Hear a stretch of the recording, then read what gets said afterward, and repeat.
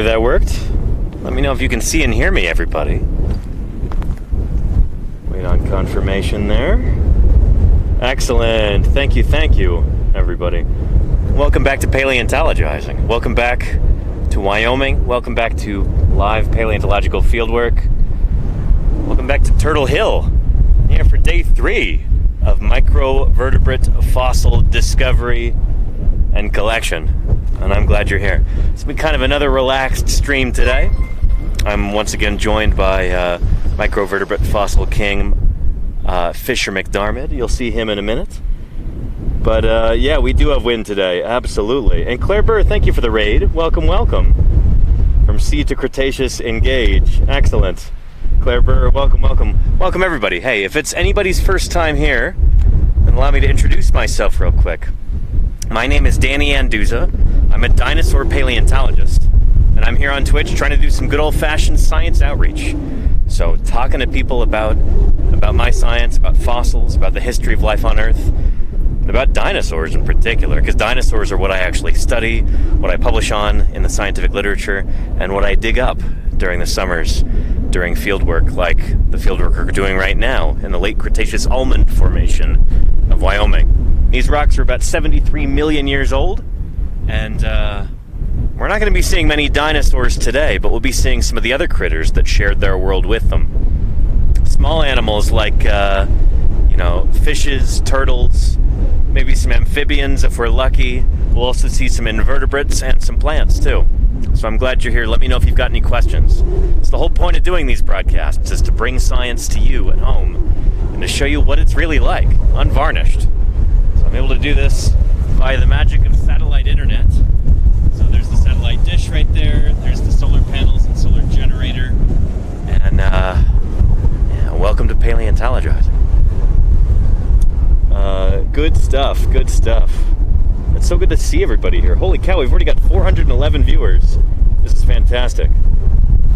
And Herdy says you look like you've been traveling Wyoming, spreading the dinosaur news without taking a shower in weeks. It's been, I think, 26 days since I've had a shower. So yeah, that is true. This is a site for getting dirty too. There's all kinds of coal dust around, so, end up pretty dirty. But, and there's only so much that wet wipes can do back in camp.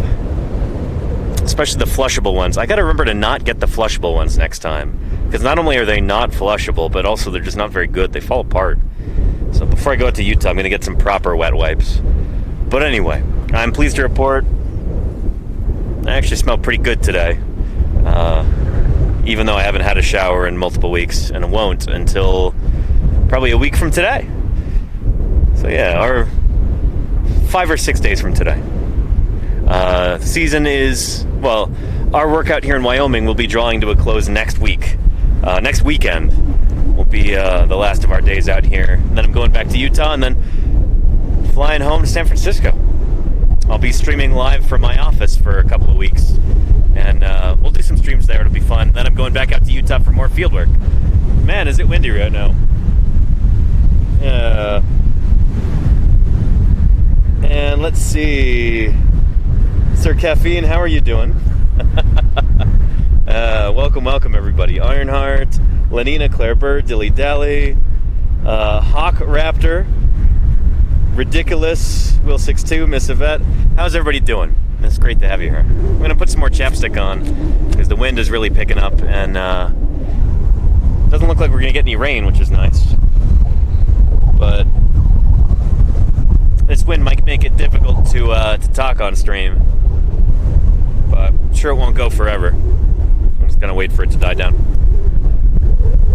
Looks like a nice Monday. Yeah, okay to play. Every Monday's a nice Monday when you're in the field. This is what I live for. This is what I was born to do. And Jeeks TV says, how much of your job is actual field work, digging up stuff? A lot of it. All of it during the summer. From June through August, this is what I do. So yeah, that's, about 3 months out of the year? 2.5 months, I don't know, the whole month of June, and then mid-July to mid-August. So about 2 months this year. But yeah, so that's like 1/6 of my year is spent in the field. It's pretty good. It's pretty good. And you have a lovely tan. Thank you, Dino Dex. A lot of this is dirt, actually, as you can see. But some of it's actual suntan as well. And there you go, Will 62, yes. Yeah. And are we chilling with Fisher the Micro King? We are, Dilly Dally. Let's go see him. Again, we're here today at Turtle Hill. This exciting site in the Late Cretaceous Almond Formation. And there's Micro King himself, Fisher McDormand. And find anything since I went up there to sit at the stream? A couple of things, yeah. Looks like we've got a tooth, and I'm not quite sure what this is. It could be a rib, could be something appendicular. Nice. We've got something small over here. Okay. Yeah, we've got two Malveus ferts, this Very big nice. freshwater carnivorous fish we were digging up. Yeah. We've got this quite long rib. I think this is the longest rib I've seen here at the site so far.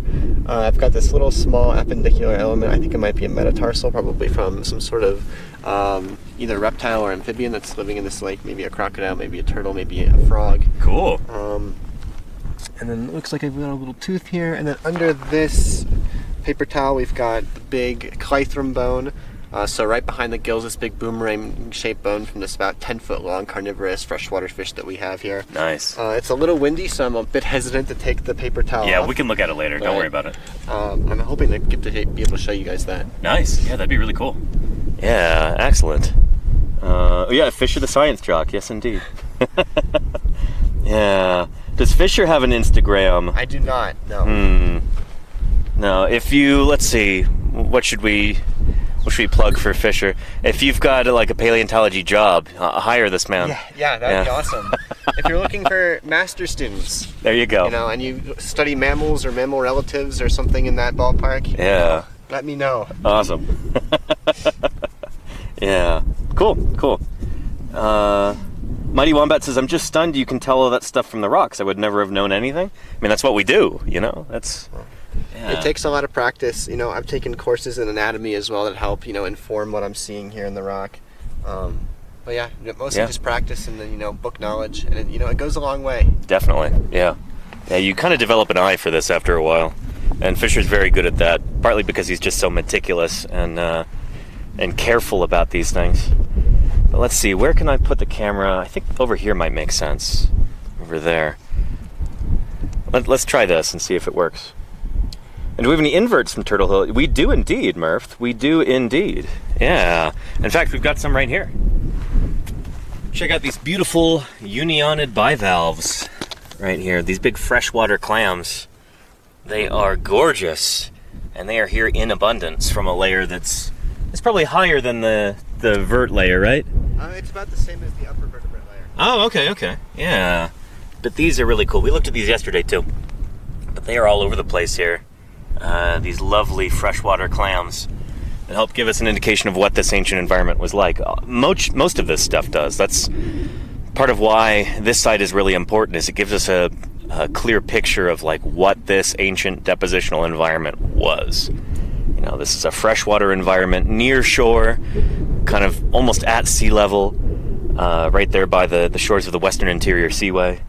And so, you know, the dinosaurs are important. That's what we came here to collect, but also all of this stuff is really important too. It gives us a more full picture of what was going on in this ancient environment. Not just the dinosaurs, but the inverts, the vertebrates, and the plants too. And speaking of plants, we've got a lovely plant fossil over here that Fisher found earlier, which is kind of loose. Yeah. There we go, check that out. Look at this leaf. Gorgeous. 73 million years old. And like Mandy said, it looks like it just fell off the tree. Pretty darn cool. Yeah. So that's the sort of thing we have at Turtle Hill here. Yeah. But good stuff. And let's put the camera over there, if it'll take it. And I'll get back to work over here. Let's see, go like this. Hang tight, everybody. While we figure this out.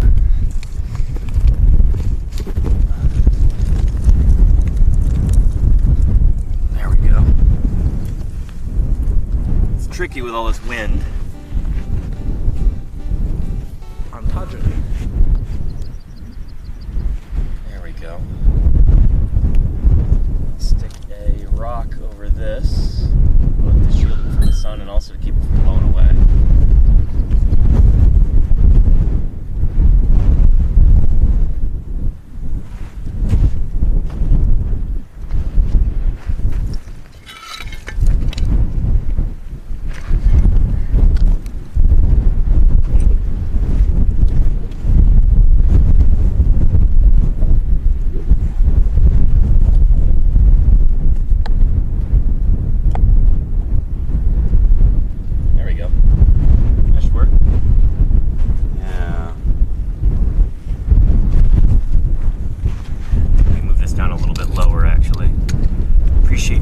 Everybody.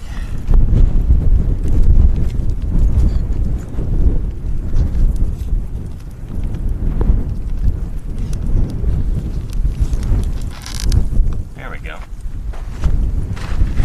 How's that? Pretty good? Let me know if you like this angle, everybody.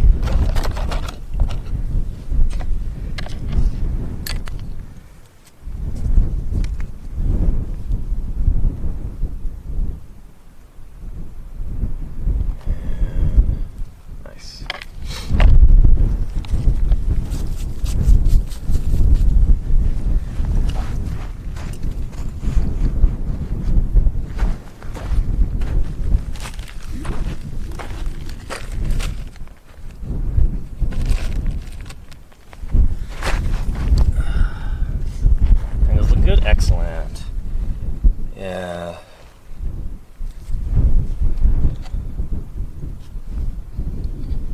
And Danny, if we were looking for Fisher to get him on a dig, how would we go about? What do you mean, Clipper?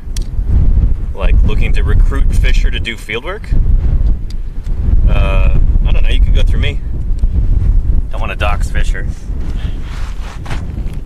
Yeah, that probably would be the best place to go through, Danny. Yeah.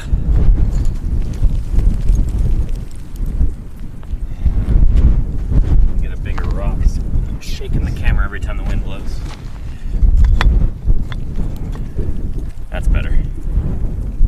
Yeah. And oh, Jim says need to have Joe Hartman retire from the North Dakota Geological Survey. He's certainly the North American expert on late Cretaceous unionid clams. Oh, you mean we need to have Joe Hartman talk about them? I've done fieldwork with Joe Hartman before, Jim. Yeah, up in the Hell Creek in 2013, I want to say. Maybe 2012. I think it's 2012, actually. He came out to look at a bunch of mollusk sites that we found. Good guy. I like Joe Hartman. Yeah. And anyway, it's good to see you, Jim. I hope you're having a good day so far. And Asimir says, seriously, channels like this one are what make Twitch really valuable? I appreciate you saying that. That is, that's very kind of you. Yeah. Oh, stop it. Melissa. Yeah, welcome to Paleontologizing. Simply a Blacksmith says, wow, this is cool. Welcome, welcome. It's good to have you here. Me and Fisher over there are looking for microvertebrate fossils here at a site called Turtle Hill in the Late Cretaceous Almond Formation of Wyoming. These rocks are about 73 million years old, from toward the end of the age of dinosaurs. And any little fossils that we find here can and will be scientifically important. Yeah. And does Fisher have Facebook? I don't think he does. Fisher, do you have Facebook? No. Fisher's not really a social media kind of guy, you know? Yeah, he's a private citizen, everybody. He's very graciously agreed to be on stream, even though he does not seek the limelight.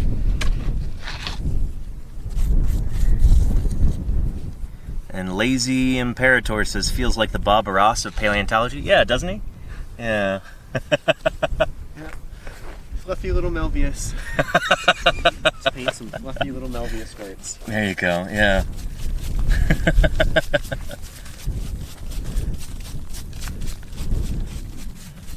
Over a late Campanian, whatever. Fluffy white clouds in a late Campanian sky. There you go.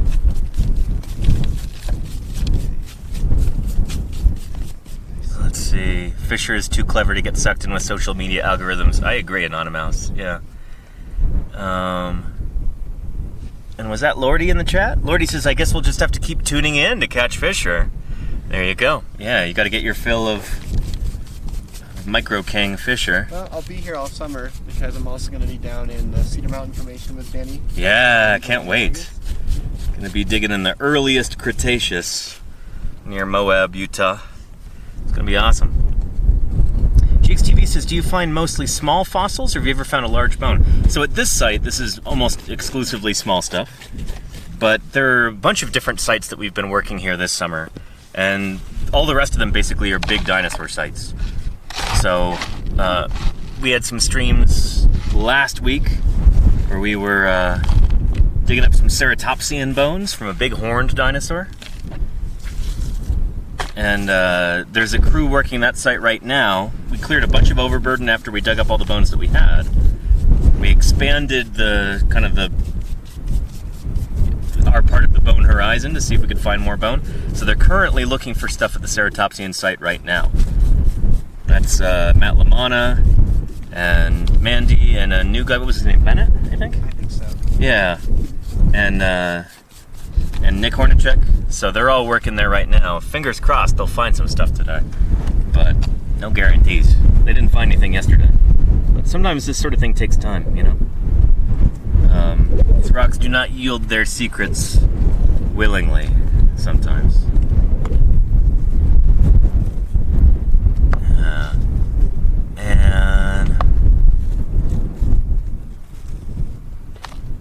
And that's pretty cool, Dinosaur Dave. Interesting. Largest opalized dinosaur block found to date. Very, very cool. Exciting stuff. I've not been really able to follow the news. The only time I've got internet on any given day is while I'm streaming. So, not had a lot of time to keep up on fossil news. But we'll be doing some fossil news catch-up streams when I get back to my office. I'm flying back to San Francisco in a week. So after that, we'll do some fossil news catch-up streams. Should be a lot of fun. And thank you, Alexander Morrison. Give it the great word. Thank you. Appreciate that. Yeah. Oh, that's publishing 20. Oh, okay. Got you, Dinosaur Dave. All right. Let's see. Where'd I put my brush?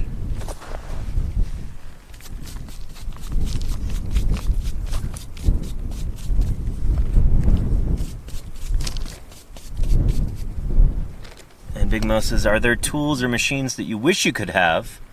Maybe think it could make a difference? Yeah. Cargo helicopters. Let's see. Maybe like an ice cream truck with tank treads on it, so it could traverse this rough terrain and come up here to see us. I don't know. What else, Fisher? A refrigerator wouldn't be bad. A refrigerator, yeah. Maybe one with those robot dog legs from Boston Dynamics. So we could just have a refrigerator follow us around. Maybe a giant sun blocker, like in that episode of The Simpsons. Yeah, stuff like that. That'd be cool.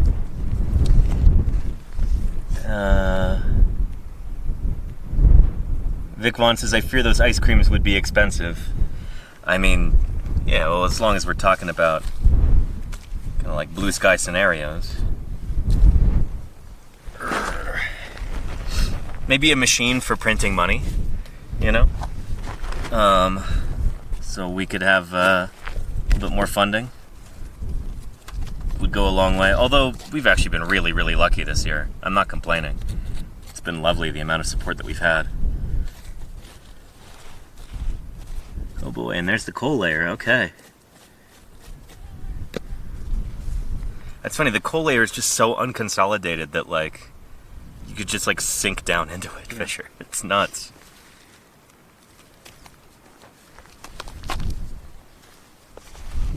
Yeah, here's that coal.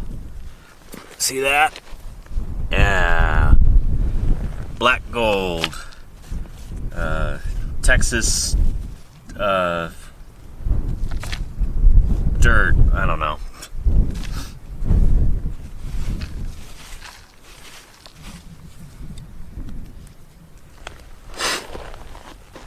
Carbon currency. Carbon currency, there you go.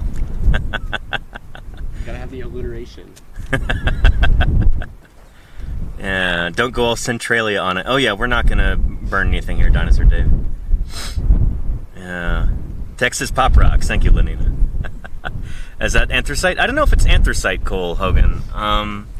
Isn't anthracite coal supposed to be particularly pure? Or... It's metamorphic coal. Oh yeah, this has not been metamorphosed. Yeah.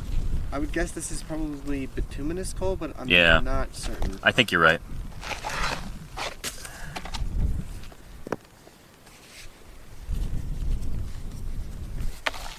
And Zenwalker says, find anything good? Oh yeah.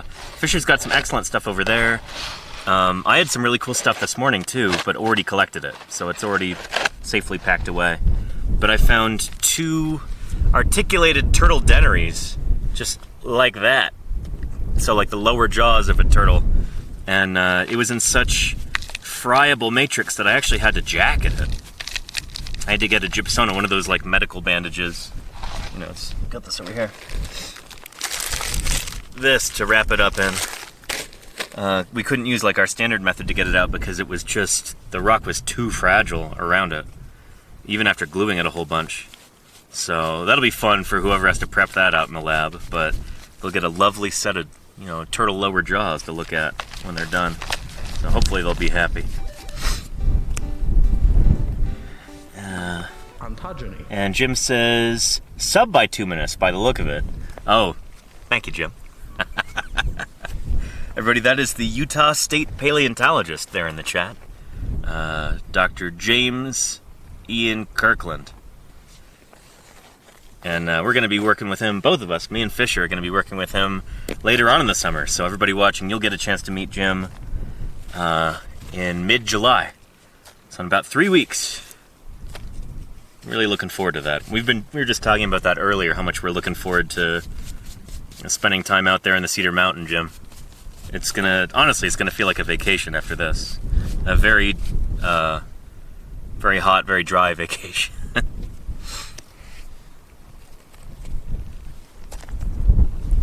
Yeah. And it's turtles all the way down. It is Steely Dan, yes indeed. Thank you for the resub, by the way. Yeah. Oh, and Jim says, any amber? Yeah, we're getting little tiny bits of amber, but nothing big enough to collect. And it just basically crumbles to dust as soon as it's exposed. But if I find anything that looks like it might be collectible, collect them all. Anything that's, you know, actually has any resilience to it, I will definitely get it into a vial. Maybe wrap it in a little bit of toilet paper and then put it into a vial. Find some way to protect it. But so far, everything's just, it's like sand grains. Yeah. No embedded mosquitoes, definitely not, Lindelius, no. No Mayorspace. You don't find amber here. No, we do find amber here. There's amber in here. It's just really, really small. And Matt says, does this stratigraphy help you age the stuff you're finding? Yeah. It's, I don't know, we know that we're in the almond formation, so we know that this is about 73 million years old. Yeah. Dilly Dally says, so what kind of information can they gather from those lower jaws? Well, hopefully they'll be able to tell what kind of a turtle it is. Usually it's turtle shell and its texture that helps us identify the genus or species of turtle. But for some of these, they might not actually have lower jaws. I don't know. I don't know what kind of turtle it's from. But hopefully it'll be exciting and informative when they get it cleaned off in the laboratory. We shall see.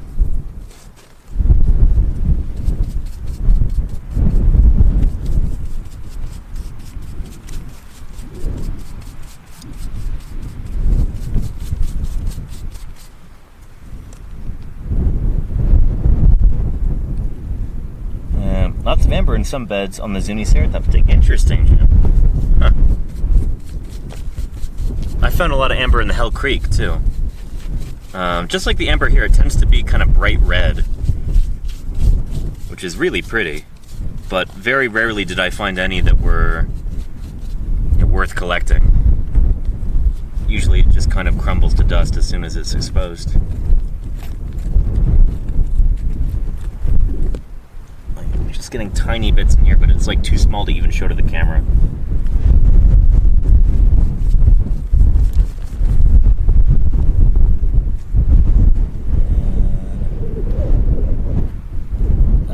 Scrub Lord Fat says, find any living fossils?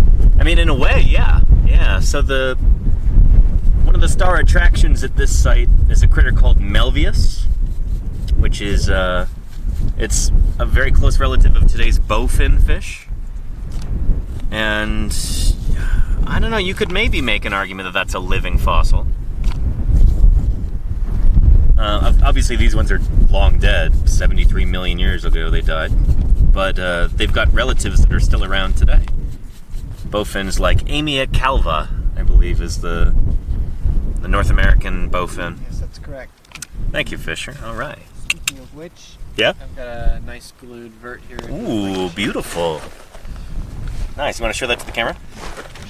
Just way down this path here, so we don't have it. Yeah. Nice. Oh, ho, ho, ho. Thank you. That is a big one. Look at that. So, dorsal ventral? Top and bottom, I'm guessing? Not certain. Okay. Not as familiar with the animal as I maybe ought to be. But... Right there is a bowfin vertebra from this genus of ancient bowfin called Melvius from the Late Cretaceous period. You get these in the Hell Creek. I think we get them in the Judith, and we get them in the Almond Formation, too. And the one that we have here is very, very large. So this, as a fish vertebrate, like normally fish have pretty small vertebrae. This sucker's maybe like 9 feet long, this animal. That's only about half the size of the largest verts we've collected. Which is nuts. Smaller. That's huge. I mean, this is really, that looks really big to me. Yeah. But the biggest verts you found are like twice as big? Yeah. Wow. Wow. The biggest one I found was like 3.5 centimeters in diameter or something. Holy cow. So these are big, kind of sharp-toothed, predatory freshwater fish. And bowfin today are really cool. They're also very good parents. So you can find videos on YouTube of like an adult bowfin guarding his or her babies. They're just in this like little swarm, and then the parent bowfin is just kind of, you know, using his or her fins to like kind of hover in the water column above them as someone like sticks a camera right up to them. Yeah, they're cool critters. They really are. And a pre-pelvic vert, says Jim. Ooh, nice. Cool. Murph says, so what's the predator? I mean, that fish itself would have been very much a formidable predator. But bowfin, when they're smaller, would be preyed upon by things like crocs, like crocodiliforms. We don't have true crocodiles in here, but we've got their like earlier relatives. And Kleber, thank you for posting that video I was talking about. And Jim says he's published on Jurassic bowfins. Very cool. They're such neat fish. They really are. I really like your non-teleost ray-fin fish. And especially your lobe-fin fish, too. I think they're super, super cool. Things like your non-teleost ray-fin fish would be things like bowfin, gar, paddlefish, sturgeon. What we used to call Holiostean fish. I don't think that's a proper term anymore. I think it turns out that's not actually a true clade. And then your Sarcopterygian fishes, lungfishes and coelacanths, and then obviously tetrapods. Yeah. Yeah. And does that mean the fish is still swimming around now just without that bone part? No, F. Mike, no. This fish died 73 million years ago. But there are relatives of this Cretaceous bowfin still swimming around today. You can find them like in the Great Lakes, Maybe up in like Montana and like the Missouri River system. Yeah, I think that's the case anyhow. Probably live in the Mississippi too. Publishing on ammoid fish. Oh, nice. On bowfin. Ammoid fish puke from the Morrison salad bar site. Yeah, Jim, I remember you telling us about that. Really interesting. So, like, these are fishes that would eat other vertebrate animals, not just other fishes, but, you know, tetrapods too. They're eating frogs and stuff. And Jim, had you already published that? I think you did, right? Maybe somebody can find a link to that paper with, it seems like a, what would be the term? A regurgitolite? It's fossilized vomit. So, fish just expelling all the bones of its prey after it eats it. Kind of like an owl pellet, but, you know, from a bowfin fish. Pretty cool. Yeah. And yeah, the fish waited 73 million years for your Twitch stream. I guess so, Netmensch. For some of you, it might feel like that long sometimes if I have to skip a day. But I've been lucky the past few days. We've had good weather and good conditions for streaming. And what bird alive today most closely resembles a dinosaur, says Mike Up? Honestly, all of them. All birds literally are dinosaurs. Birds are descended from theropod dinosaurs, from everything from a hummingbird to an albatross, from an ostrich to a pigeon. They are literally living dinosaurs. So you could say they all equally resemble dinosaurs because they literally are dinosaurs.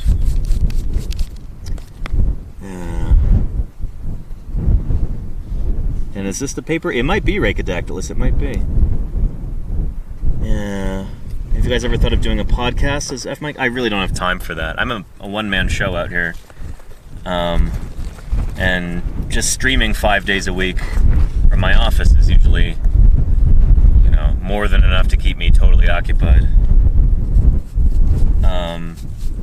Also, I don't know how I would make money doing a podcast necessarily. I'd have to get sponsors or something, and that might not be pretty. I don't know.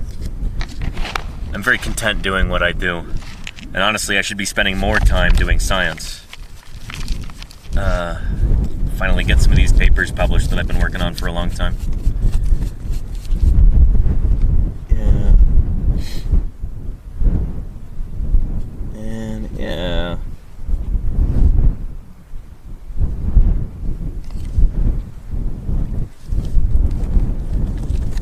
So I'm just kind of like prying some of these rocks open right here and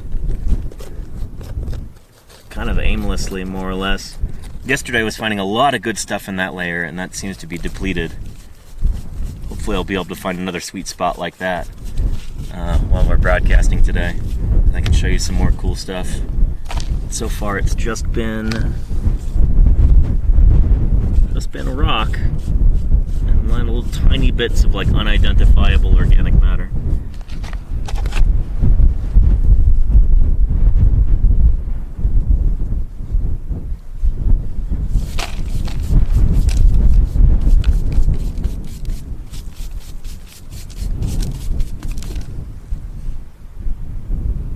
Munition Man says, I didn't know people stream this stuff. I mean, I do. I don't really know of anybody else who does. There are some other scientists on Twitch. Science Streams and Volcano Doc, Nerduino, and a number of others. But fieldwork can be difficult to stream. I'm streaming to you via satellite right now. It's the only reason this is possible. It's because of that. We're way out here in the middle of nowhere, in Wyoming. Yeah. Oh, and GeoGym. Yeah, there you go. Yeah. Yeah.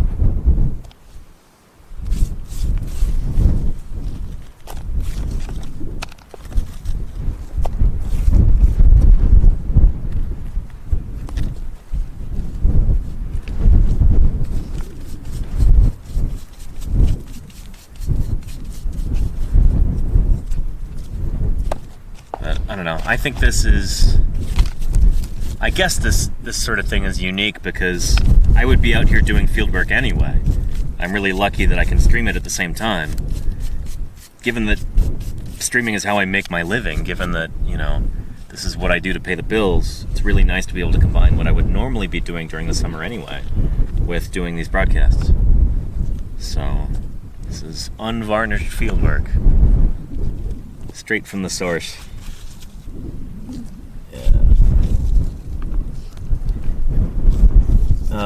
And Jim, yeah, Lindsay Zeno's team doing live streams, but mostly through their museum. Yeah, I think I caught one of their live streams live once. It's some point. I want to say it was like when I was in Michigan last year.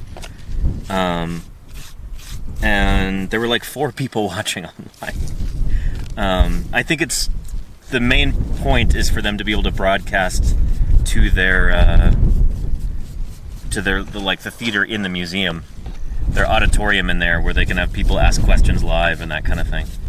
So it's very different from like these live streams where it's just broadcast around the world, and that's kind of the main emphasis. It's people watching from home rather than like, you know, sitting in a museum auditorium. Yeah.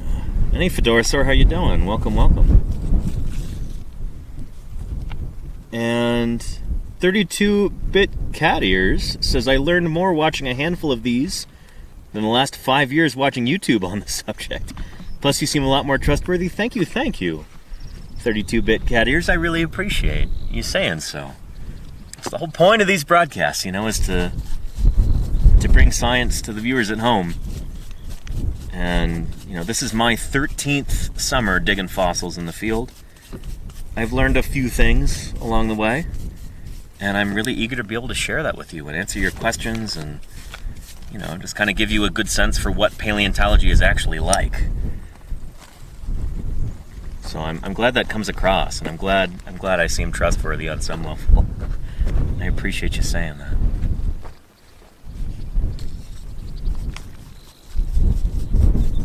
Yeah, so I'm just kind of high grading through this stuff right now.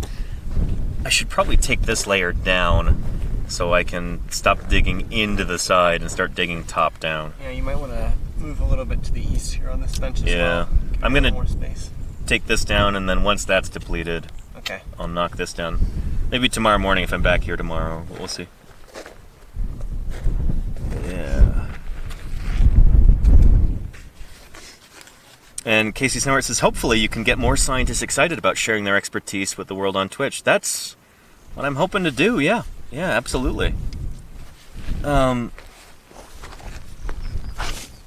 one of the abstracts I submitted this year for the Society of Vertebrate Paleontology meeting is about doing paleontological outreach on Twitch. And so, hopefully, I'll be able to present on that at the meeting in October. It's going to be in Minneapolis. I'll be talking all about doing paleontological outreach on Twitch, some of it from the field, with my colleagues, with other paleontologists. So that's going to be pretty neat. And are we going to get to see your presentation on that at all? Casey Snowart, it depends whether I have a talk or a poster, but maybe I'll do a practice talk live on stream before I, before I do the actual presentation at the meeting. And if it's a poster, then I'll be designing the poster live on stream. So you'll be able to tune into that. And I'll also talk about my philosophy of academic poster design, because I've got strong opinions on the matter.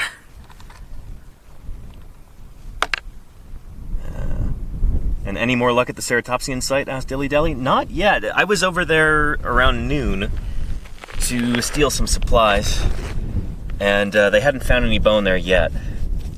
So we'd collected all the bone that was there last week, and then they cleared a lot more overburden. I say we cleared a lot more overburden. A lot of that was me. And so now some other crew members are digging in over there hoping to find more bone. And last I checked, they hadn't found anything. So hopefully the site isn't completely dry, but we will see. And poster design philosophy, yes, Bane Glory, yes indeed.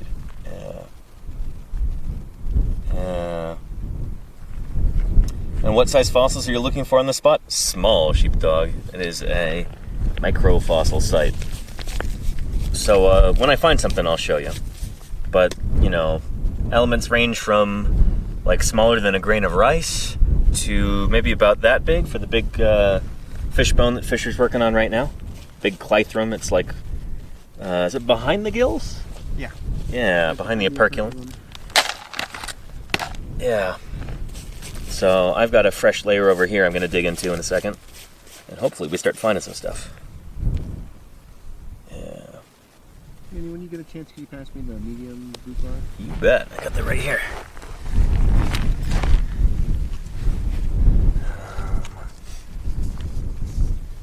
Medium. Alright. Thank you very much. Probably have to relabel these at some point. They're getting awful faded.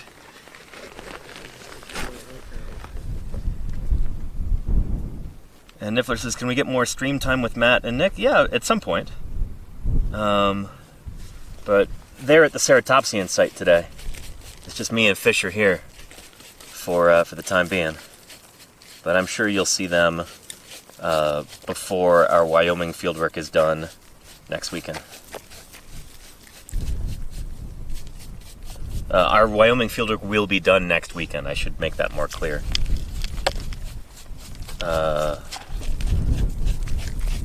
And I'm sure you'll see them before then. Especially if they start finding more bone there. Has Fisher found any mammals here yet? I have not. Well, except that pilfering little filthy mammal who... Yeah, I've seen some extant mammals. Yeah, we had a chipmunk come into the site earlier today and tried to carry off a bit of turtle shell that I had glued and I was leaving out to dry. This chipmunk was real keen on that, apparently. And how far did he carry it? Not very. He just kind of nibbled it a little bit, and then I had to shoo him away. Yell at it to run off. But very cute chipmunk. I actually got some pictures earlier. Like, it was pretty hot earlier, and this chipmunk walked over under a sagebrush there and just laid his little belly down on a cool rock. And you could see him. The wind was kind of blowing in his face, so he was blinking a lot. Looked like he was winking at me. He's pretty cute. Mammal Monday. Yeah. As opposed to Thursday, Birds Day. Yeah. Murph says he was trying to scoop you. There you go. Racodactylus says, you just ruined that chipmunk paleontologist dissertation, I'll have you know.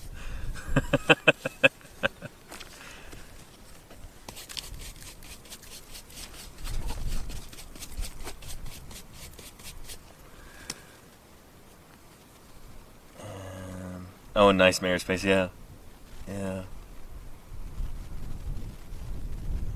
And yeah, chipmunks are very cute. Coach Tomas, definitely. Oh, this big blocky stuff. I'm not gonna find anything in here, I don't think.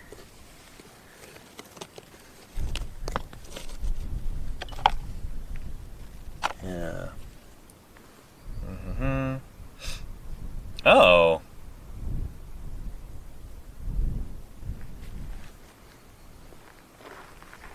Nice. From Jim. Yeah, excellent. Thank you, Jim. He says, sure, this Viaphone, you guys are working to fill the gap at the top of the chart. Here, I'll have to auto-rotate this. But yeah, here, I don't know if you can see this, chat.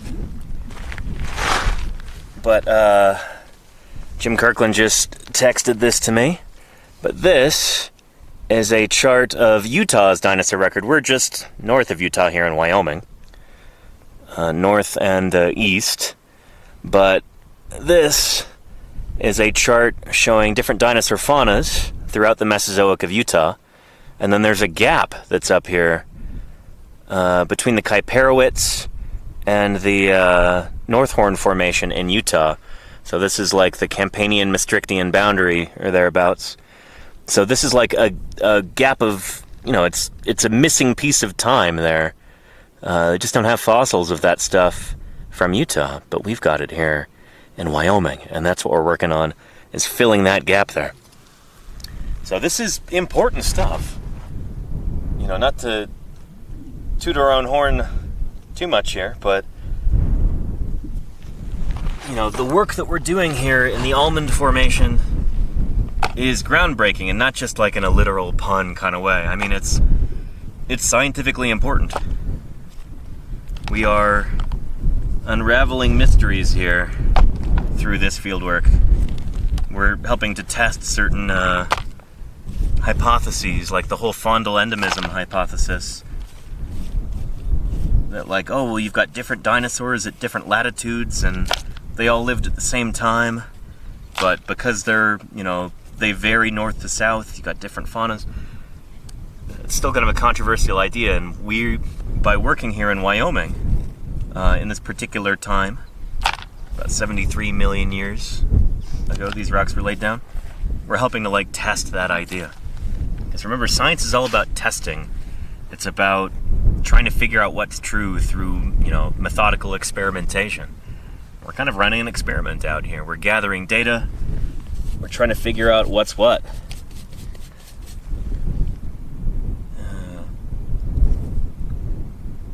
And let's see.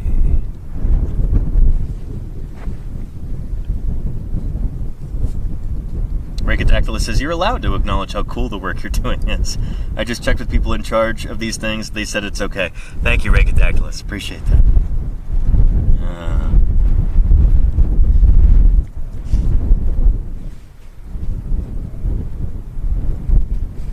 Ferangi says, what would you say is the roundest dinosaur or other ancient creature that ever existed? My friend loves round boys. Some of the ankylosaurs get pretty round.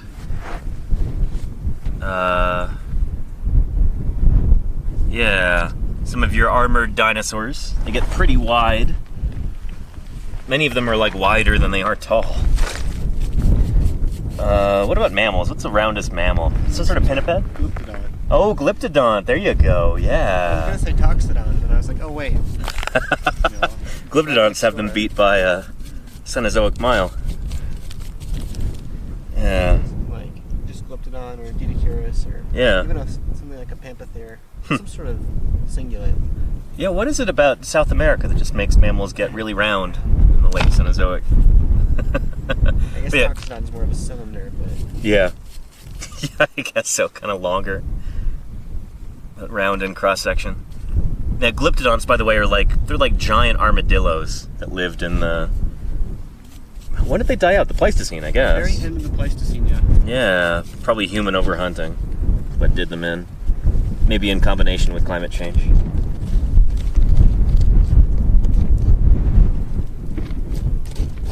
Here, I'm going to adjust the camera a little bit. Let's straighten that out. Just a titch. There we go. That should be better. Nice.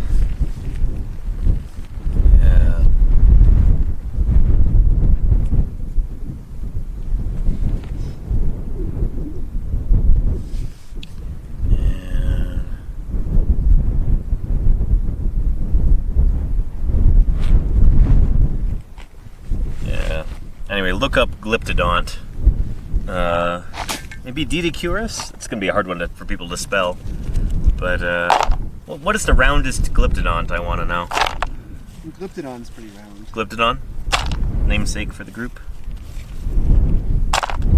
Didicurus is pretty round too, but the tail is just much longer. Is Didicurus the one with the club tail with the spikes? That's right, yeah. Yeah. I'd always pronounced it Doedicarus when I was a kid. But I've actually heard professional paleontologists, people who work on mammals, say Didicurus. So yeah. And Hanny says, do you all listen to anything while working, or is it more chatting and soundscape?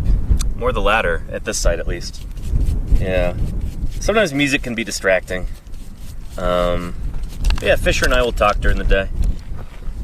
Ask Fisher a bunch of mammal questions.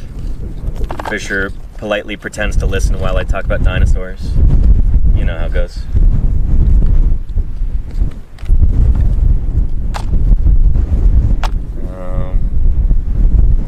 Yeah. Just kind of give me a chance to pass me the vials. You bet. I've got a crown here.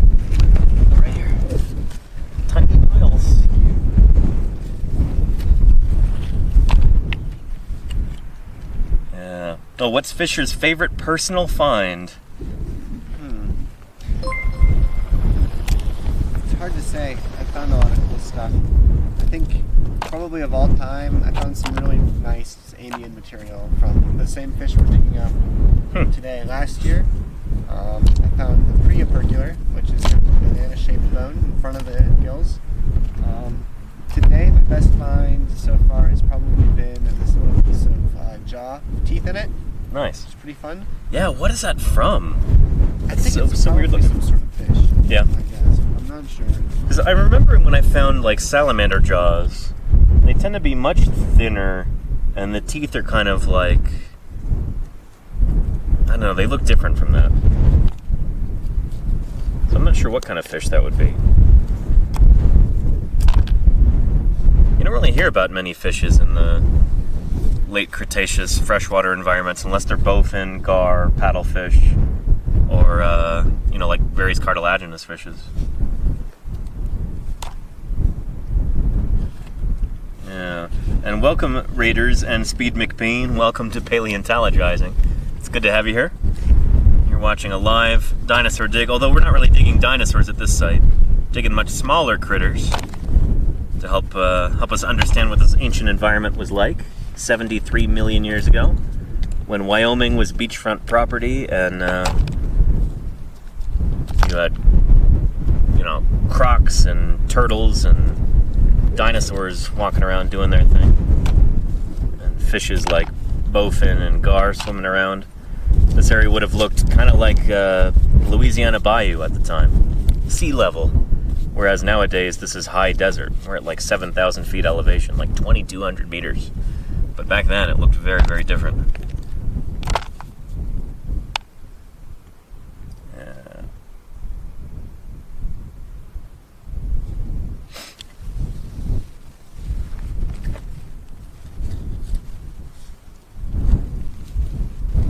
This root stuff. Ugh.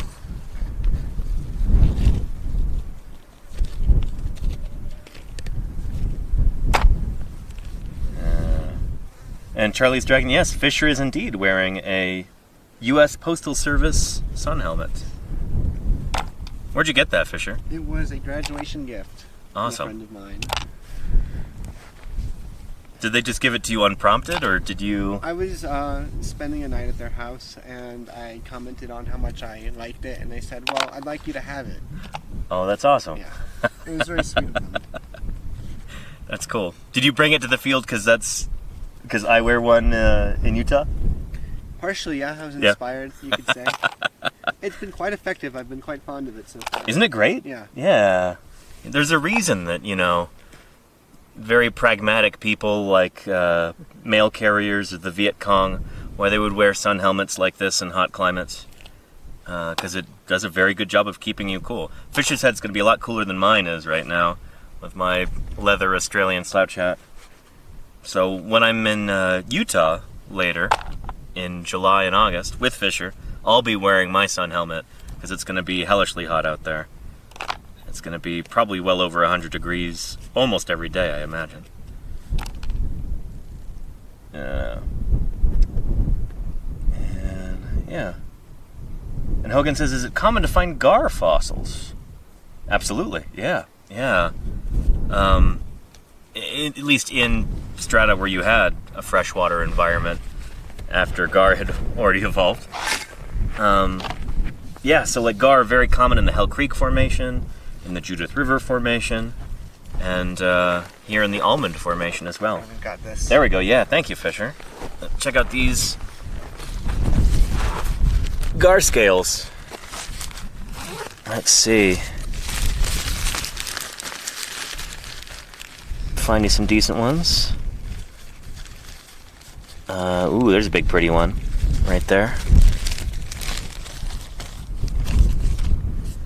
Check that out. There's some glue on it, so that's why it looks a little scrungy. But yeah, look at that, the pretty side there. That is the bony scale of this kind of fish called a gar. Gar are still around today. You can find them in places like Louisiana, Mississippi, Alabama. They're kind of a slow-swimming, predatory fish.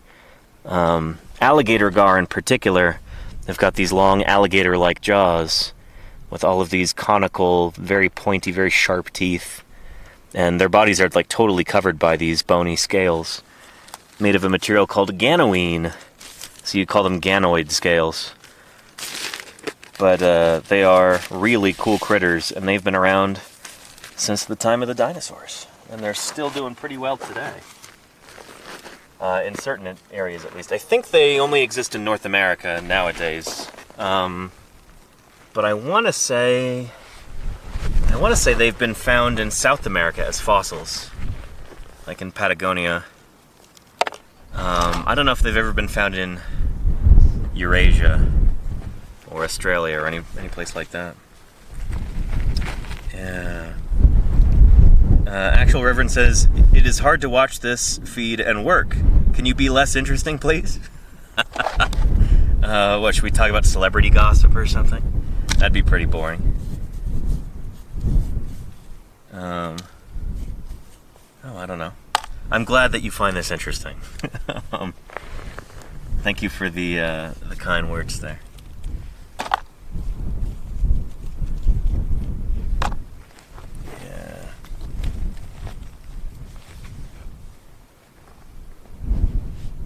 Tell us what you had for breakfast, says F. Mike. More interesting, says Patrick Pirate. Crank it to 11. How are you doing, Patch? It's good to see you here. I hope science has been treating you well lately. It's good to see you, Patch. What did I have for breakfast? I had a protein shake. That's what I have for breakfast every morning out here. It doesn't weigh me down. Get lots of energy from that, and helps me rehydrate in the morning too. I'm drinking like a half liter of water. Start off my day with some protein powder in it. And I am fantastic. Hope you're staying hydrated and sun protected. Thank you, Patrick Pirate. Yeah, more or less. I was working on getting rid of my farmer's tan earlier, but shirt's on for the stream. And I've been putting on plenty of sunscreen.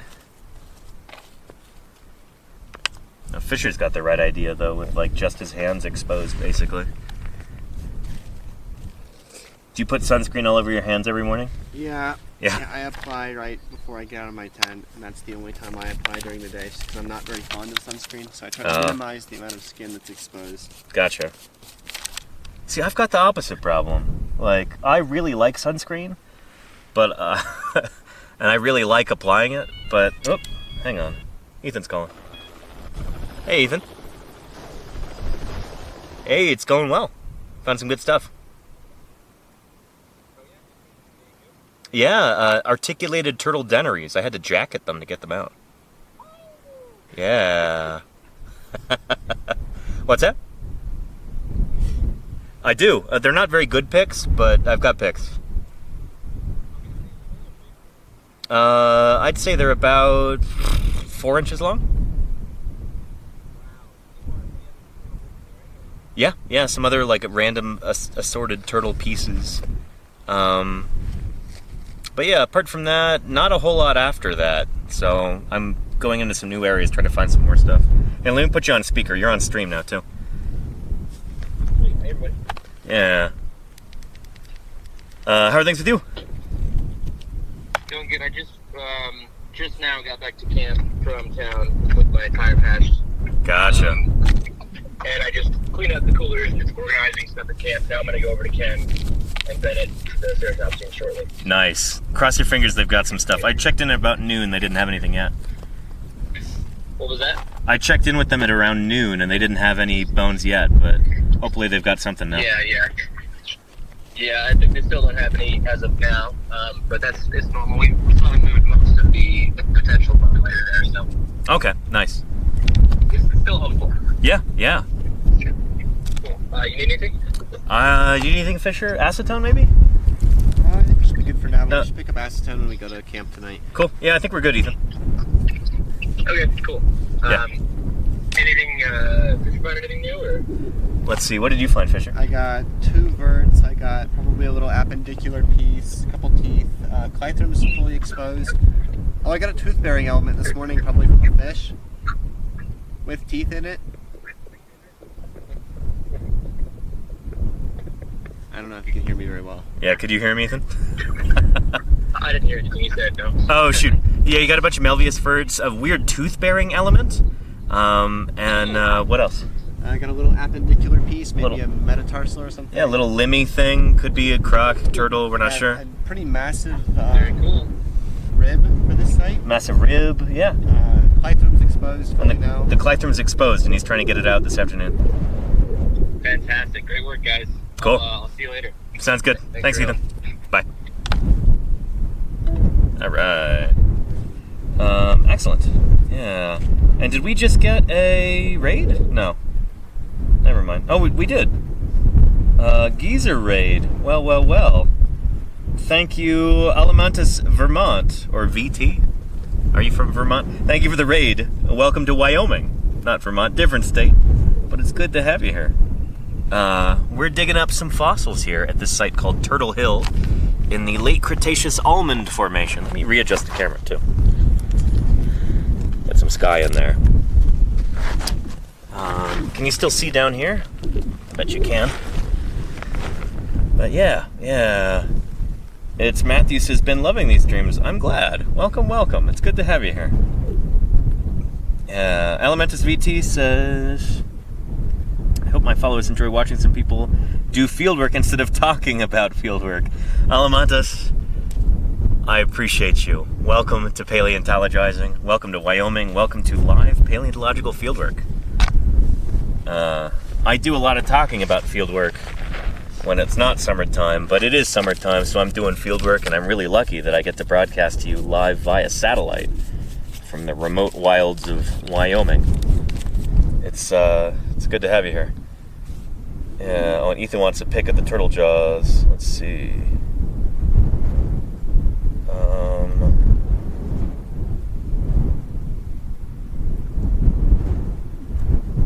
Send. Wait.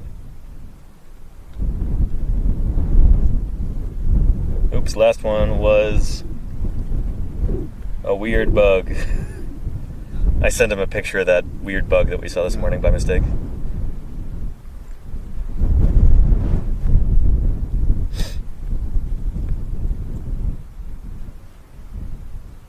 Yeah.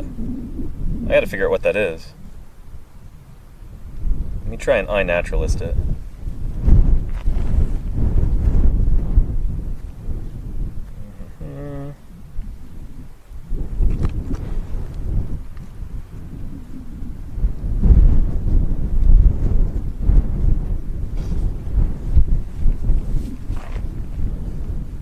Let's see here.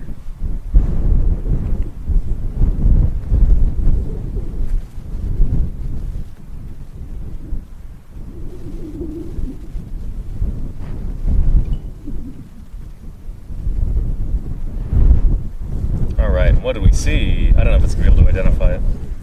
Oh, American square-headed snake flies. Yes, indeed. Look at that. Wow, okay. That thing is so weird. That's remarkable. It was able to get that. Wow. Snake fly. Huh. Yeah. Does it have like the taxonomy on there? I'm sure it does.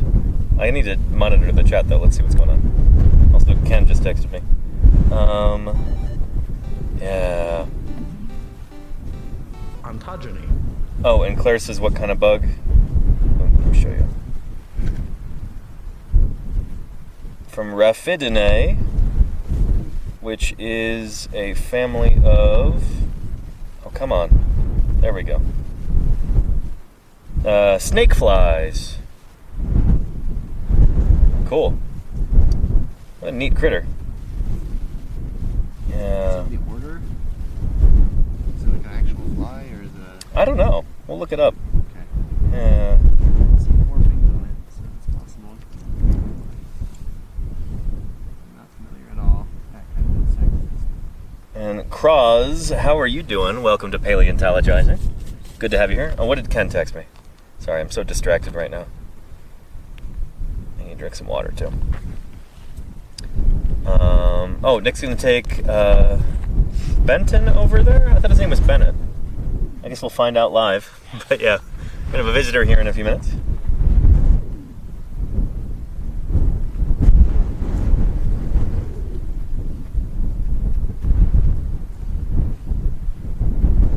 Cool. Yeah. Good stuff. Let me drink some water. Then I'll get back to searching for fossils.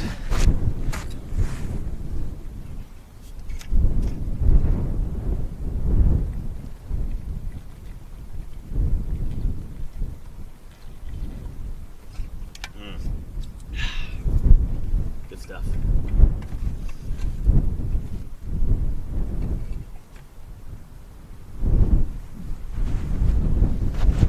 Any idea what you think this little appendicular element might be before I put it away? Ooh. I'm thinking metatarsal, but I can also see it being something else.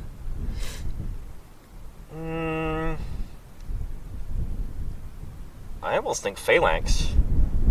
If it's got like the little pit right there. Yeah, maybe. Could very well be metatarsal though. Can I show the camera? Of course, yeah. Yeah. Here, check this out, chat. Fisher just extracted this little bone right there, so it's, you know, on a flake of matrix there. But check that out, some little limb bone there. Good stuff. Some sort of little vertebrate animal. Dead but not forgotten. Yeah, thank you. It'll be on its way to Cincinnati next week. Or sometime soon. But we'll be wrapping up here next week. Yeah. And Miss Capri Kel, thank you so much for the gift sub. I appreciate that. Excellent. Yeah. SB says, any guesses as to what kind of critter that would belong to? Maybe a croc? Croc or turtle, probably. Could be turtle. It's a little thin for turtle, but I don't know. Maybe their metatarsals are kind of... I picture them being stouter than that, but I don't really know my turtle osteology well enough. If we're really lucky, it could even be like a lizard or something. But I'd guess probably crocodile. Or crocodiliform, rather. We want to be correct about this. True crocodiles had not evolved yet. In the modern sense. Yeah. Freelancer says the Postal Service helmet is awesome. If you use some elastic string on it, you could hold a glue bottle to it. Well, like, sort of like a U.S. military helmet in Vietnam with the, like, belt of ammunition or something. Yeah. And Miss Yvette, I can't guarantee you an ukulele in camp stream. We'll have to see. The end of the summer is often like the most hectic part, or the end of the, you know, field work in a given area is often like the most chaotic and hectic. So I can't guarantee I'll stream it all that day. We'll have to see. But I'll make an effort. No guarantees.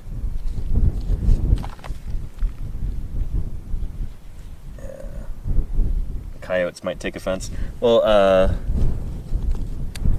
Lauren, who is visiting us out here, she brought a wooden flute or recorder, whatever you want to call it. It's almost like a pan flute. Sounded like a pan flute. Brought that out a couple days ago, and that was cool. But I think maybe the only instrument in camp now is my uke.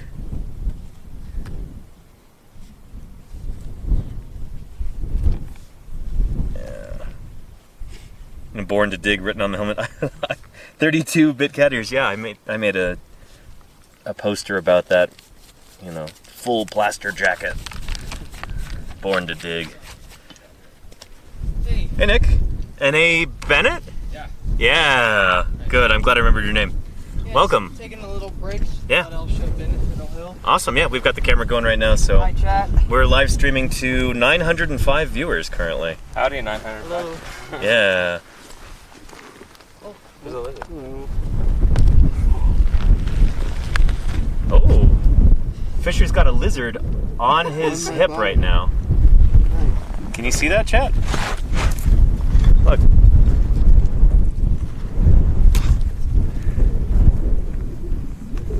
Got a microvertebrate and a microsite. See how close we can get. Here, hold still.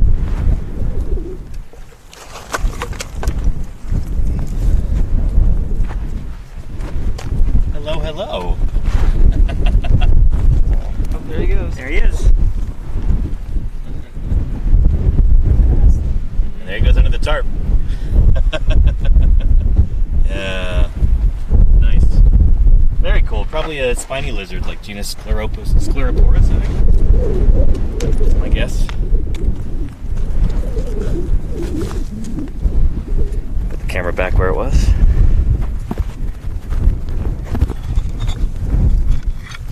So Danny, care to tell Bennett about Turtle Hill?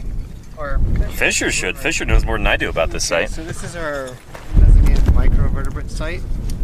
So we're getting a lot of fish and turtles and various aquatic animals living out here. Probably a lake environment. So we're getting a lot of leaves up in these more shaly layers, and then here, down here we're getting a lot of vertebrates. So up in this top layer it's mostly big turtles, but we get some fish up here too, and mostly down here it's fish, and then we also get turtles as well. So largest fossils here are probably about, I don't know, like 20 centimeters long or something. Yeah. The smallest ones are like a millimeter or less. We're collecting a lot of matrix as well to bag that for processing back at our lab. Sure. Yeah. Mostly just, a lot of aquatic stuff here. Awesome. Yeah. Some bowfin fossils from like a bowfin fish, if you know what that is. A huge one. So this sucker is probably like 9 feet long. And Fisher's got a under there's a clythrum, so like a big V, kind of shallow V-shaped bone from near the back of the gills. Big rib here. Yeah. There's sort of bones as well. So yeah. That's cool. I found some turtle lower jaws this morning. They were articulated like that, about that big. Wow. And got those out. They're in a jacket down there now. And then there's invertebrates at the site too. So these are some unionid clams, bivalves. Yeah, that's cool. And then a zillion beautiful plant fossils from up there as well. So it's just like this lovely kind of sample platter. Late Cretaceous, tasting box, I guess, for all these different critters that were in this environment. Very cool. Yeah. That's awesome. Thanks. Yeah. How are things at the Ceratopsian site? Slow.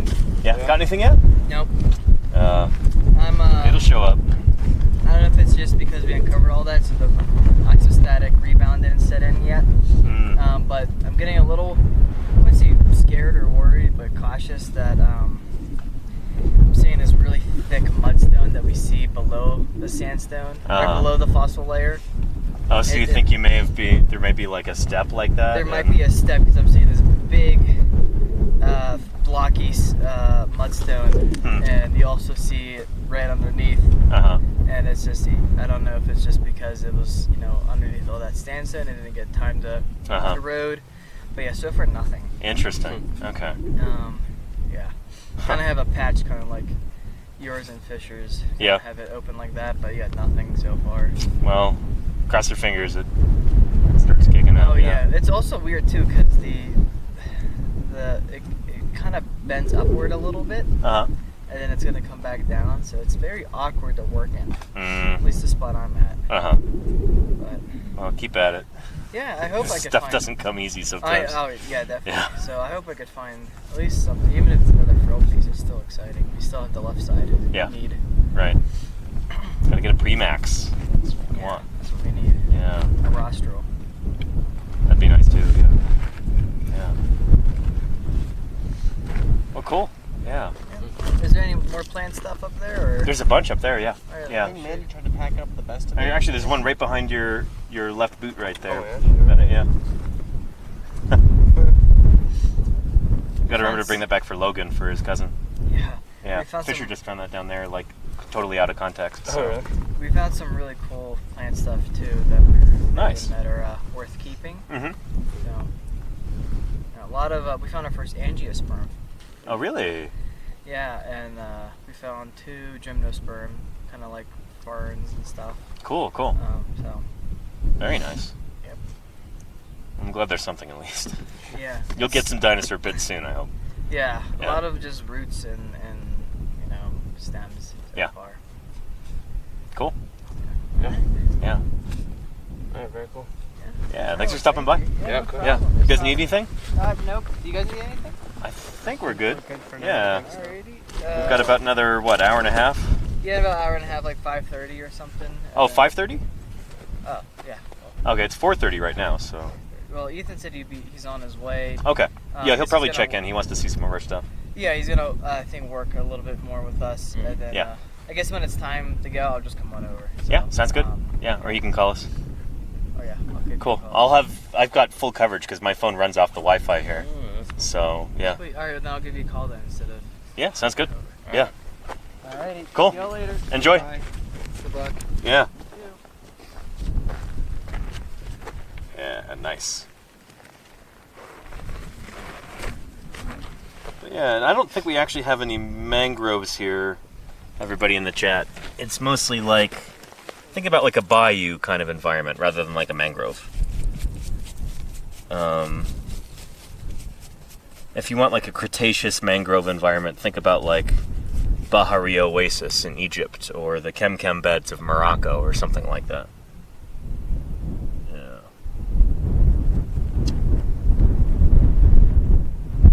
Yeah.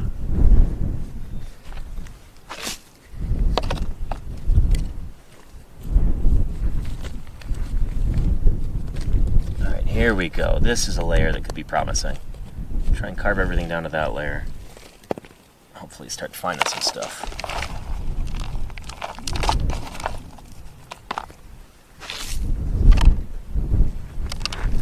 So this has been a whole lot of nothing up here.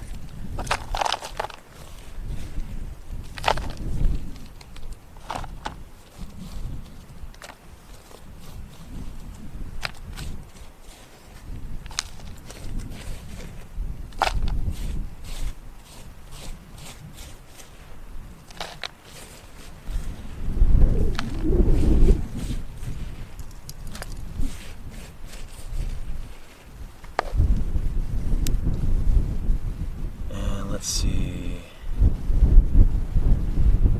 What are the best places to do these kinds of digs to find fossils and such? Know any spots in Massachusetts? No. Unfortunately, no. You know, we're out here in the high desert of Wyoming because this is a wonderful place to find fossils like this. Massachusetts is very much not a desert, last I checked. Yeah, you can find fossils in places in Pennsylvania. Some of the earliest found dinosaur fossils, like earliest discovered dinosaur fossils in North America, from New Jersey, from near Haddonfield, New Jersey. But yeah, these are generally, if you're finding fossils on the East Coast, it's because like somebody's already digging in the ground in a marl pit or a quarry or something like that. There's not a lot of beautiful areas of exposed rock like this on the east coast of the United States. Yeah. And Apollo Geo, how are you doing? We're not digging artifacts, no. Fossil plants and animals. The animals are both vertebrates and invertebrates at this site.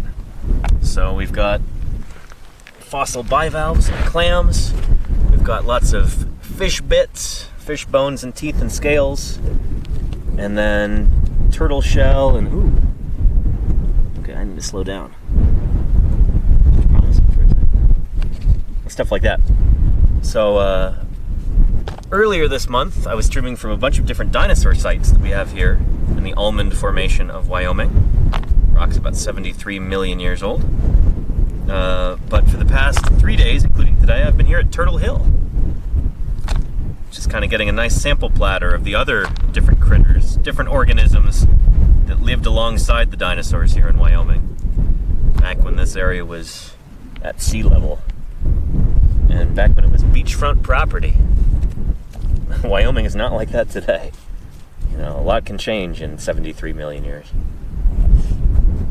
A lot has changed. Yeah.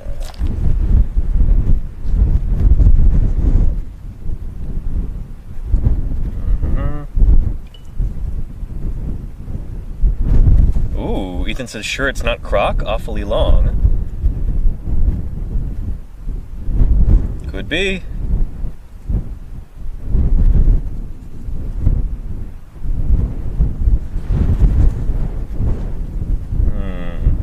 Where's the dendrite? Yeah. I'm gonna find the emoji with the monocle. And Murph says, any evidence that hadrosaurs or other dinosaurs ate bivalves? None that I know of, no. We do have some evidence that hadrosaurs would have eaten crustaceans. Karen Chin, coprolithologist, scientist who studies fossil dung, has reported bits of chewed up crustacean, I guess just like chitinous exoskeleton, in hadrosaur dung, hadrosaur coprolites from the Kaiparowits and from the Two Medicine formations. But I don't know if that's like crayfish that they're eating, or maybe it's like isopods, or I don't know what. But they were apparently eating some crustacean guys at some point and for some reason. Maybe they need extra protein before they're about to lay their eggs. In the Two Medicine formation, that's like Egg Mountain there. We've got all those nesting sites for duck-billed Maiasaura. Yeah.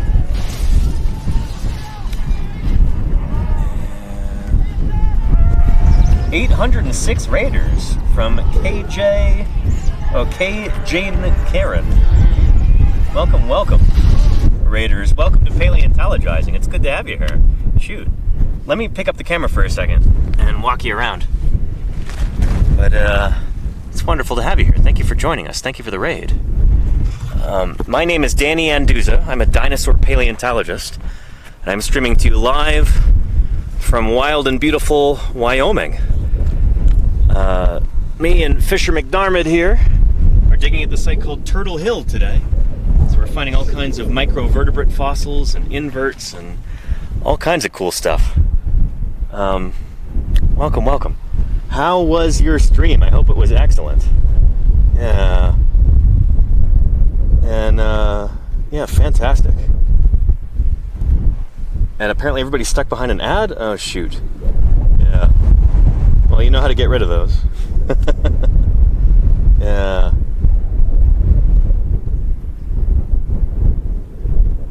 Here, let me put this over my shoulder while we're waiting for the ad to finish.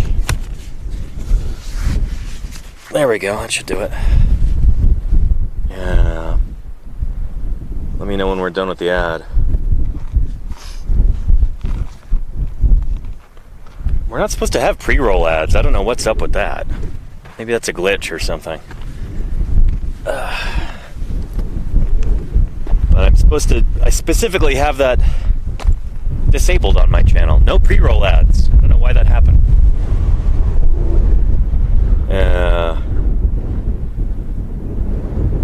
Okay, we're back. Excellent. Welcome everybody to Paleontologizing. It's good to have you here. Thank you so much for the raid there, K. Jane. Really appreciate it. It is phenomenal. To wild and beautiful and windy Wyoming. We're out here digging up dinosaurs and other in the Late Cretaceous almond formation. These rocks are about 73 million years old. And we're here collecting these fossils for science.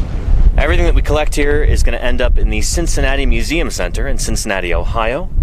Well, it will be held in the public trust for all of time.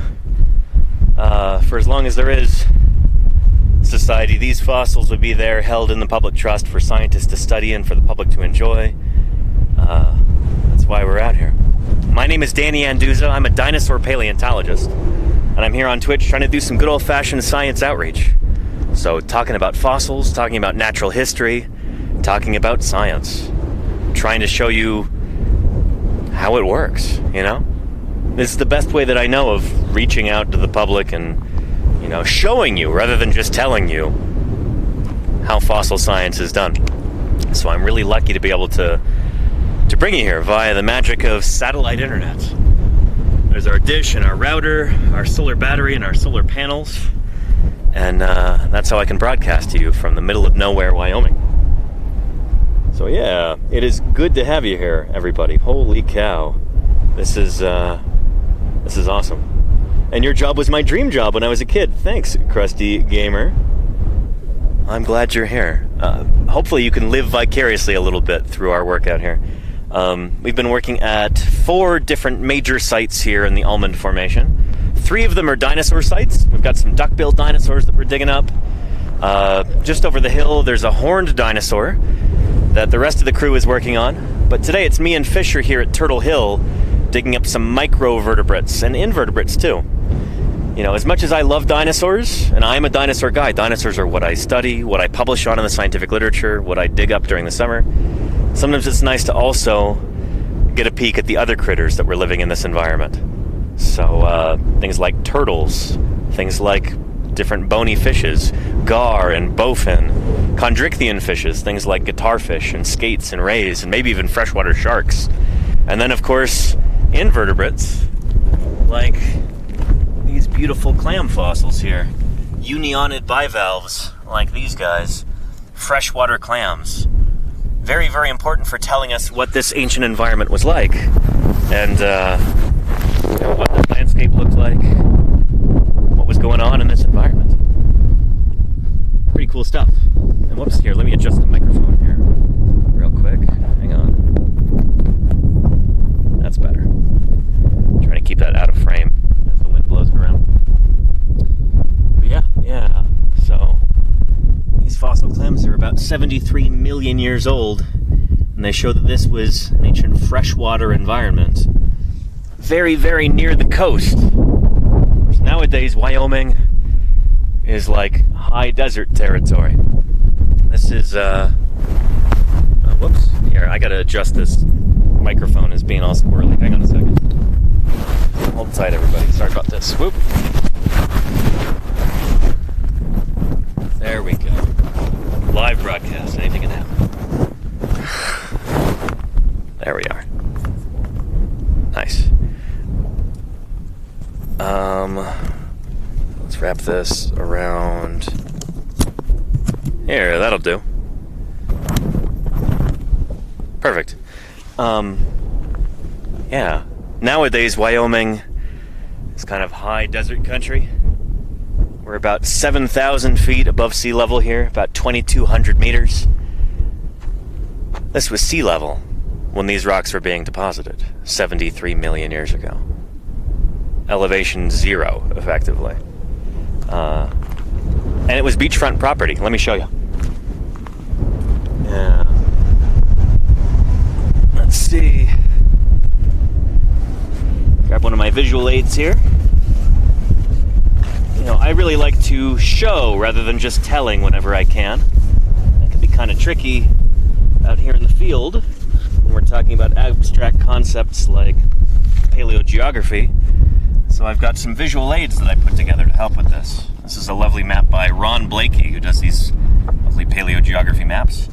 But this is approximately what North America would have looked like in the Late Cretaceous period, about 70 million years ago. These rocks that we're digging in here are about 73 million years old, so slightly older than this, but it still gives you a pretty good picture of what North America looked like at the time.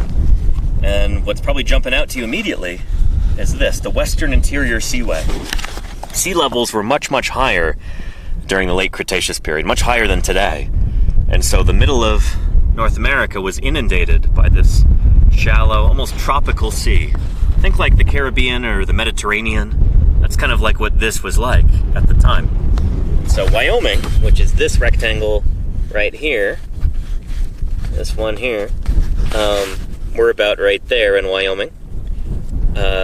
73 million years ago, the seaway had expanded, so the beach was actually right along here. This is the kind of environment these fossils are deposited in. So think about, if you want to have like a picture of what this ancient environment would have looked like, think about maybe modern day Louisiana or Mississippi. You know, think about like a floodplain, bayou, bog, swamp kind of environment. You know, lots and lots of water everywhere, big rivers, smaller streams, oxbow lakes, swamps, you know, like a Mississippi Delta kind of a situation going on. And you had dinosaurs walking around on the land, and then in the water, in these swamps and oxbow lakes and rivers and etc., you had all kinds of critters swimming around. Things like turtles, crocodilian ancestors, lots of bony fishes. Ray-finned fishes, like gar. You're familiar with like alligator gar today? Their ancestors lived at this time and they were swimming around in this same environment. And bowfin, too. Big old bowfin. We're finding remains of them here at Turtle Hill. And man, these critters were big. Like maybe 9 feet long, like approaching 3 meters. Big, big, big bowfin. Pretty cool stuff. So, yeah. And let's see. Shrek's home, but with dinosaurs. There you go, Raven the Regal, yeah. Do they show bowfin or gar or turtle in Shrek? It's been way long since I've seen that. And how much of the Great Lakes prehistoric areas were destroyed by the Ice Age? Yeah, Ghost Wolf, so, yeah, during the Pleistocene glaciations, a lot of that rock that was there was cleared away by glaciers. And so, that's why you don't have dinosaurs up in the Great Lakes region. You don't find dinosaur fossils there. Even though dinosaurs lived there, all of the rocks preserving those dinosaur fossils were basically just bulldozed by those glaciers. So far with like no exceptions. And hello or evening from Sweden. Well, hello, Johnson. Hello from Wyoming. How are you doing? It's good to have you here. Yeah. And there you go, Crimson Carnotaurus, yeah. Yeah. And FN Long, any luck finding anything more with the horn fossil? No, our Ceratopsian, we've got more crew members working there right now. They're digging in and they've not found any more bones over the past 2 days. So, yeah, they might be getting a little bit discouraged, but these things take time. Hopefully we'll find more of that critter, but it hasn't happened yet. We've got about 4 or 5 days left of work. So yeah, we'll see. But we're finding plenty of stuff here at Turtle Hill. Much smaller fossils. And I'll show you some. Yeah. And Freelancer, name a turtle find. I don't get it. Is that a joke? Yeah. I hope they find more. Me too, Peachy Momo. Absolutely.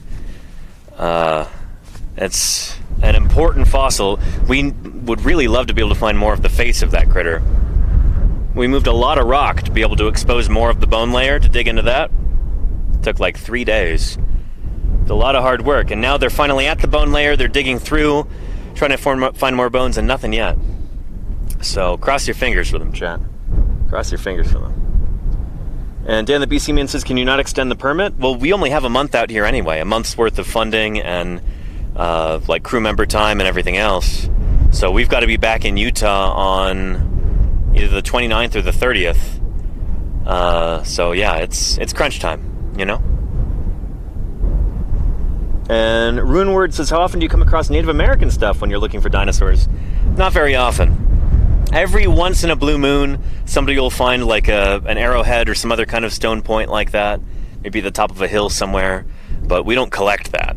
You know, we don't have the permits for that. We don't have the research interest in that. That stuff is, you know, that's like from last Wednesday, you know, in terms of our perspective here.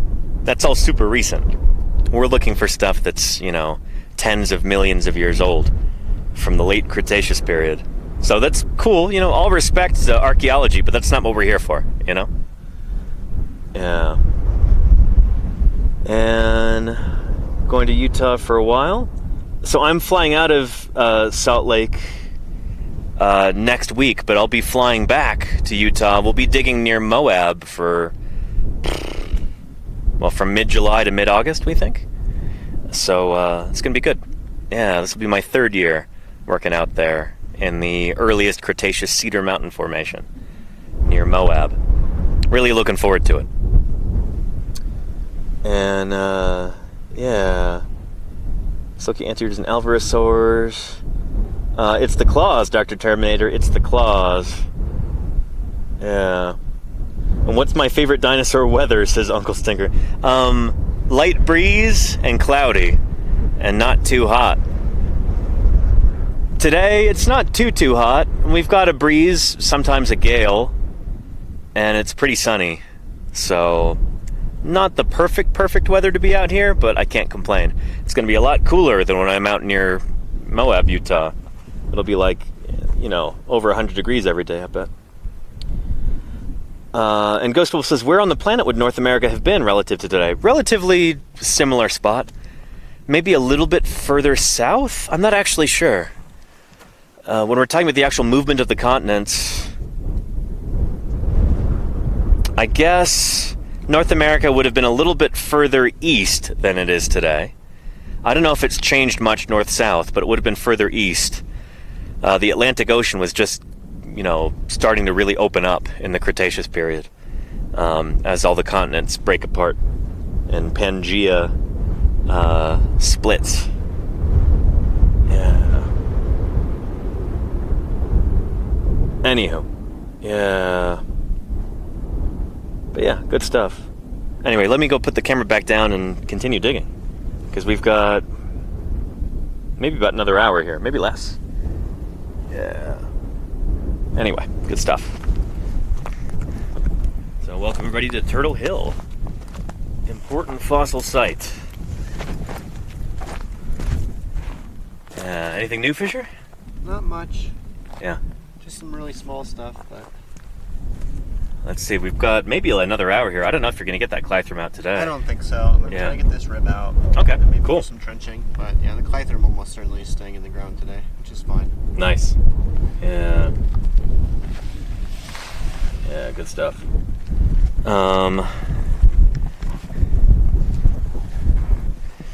Let's put the camera back over here. And that's nice. One of the rocks we're going to use to hold down the camera, keep it from falling over, has got these beautiful fossil clams in it. These big unionid bivalves here. Lovely. Cool stuff. All right, let's put this like this. And then that should be more or less level.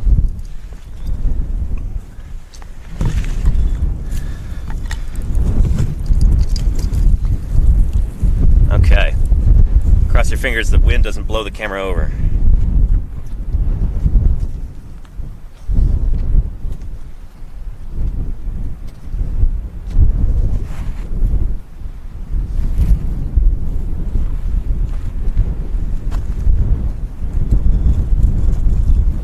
There we go.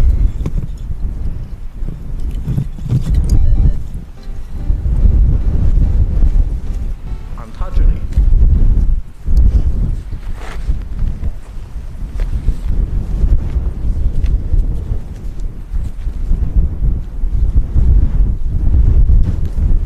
Excellent. Okay.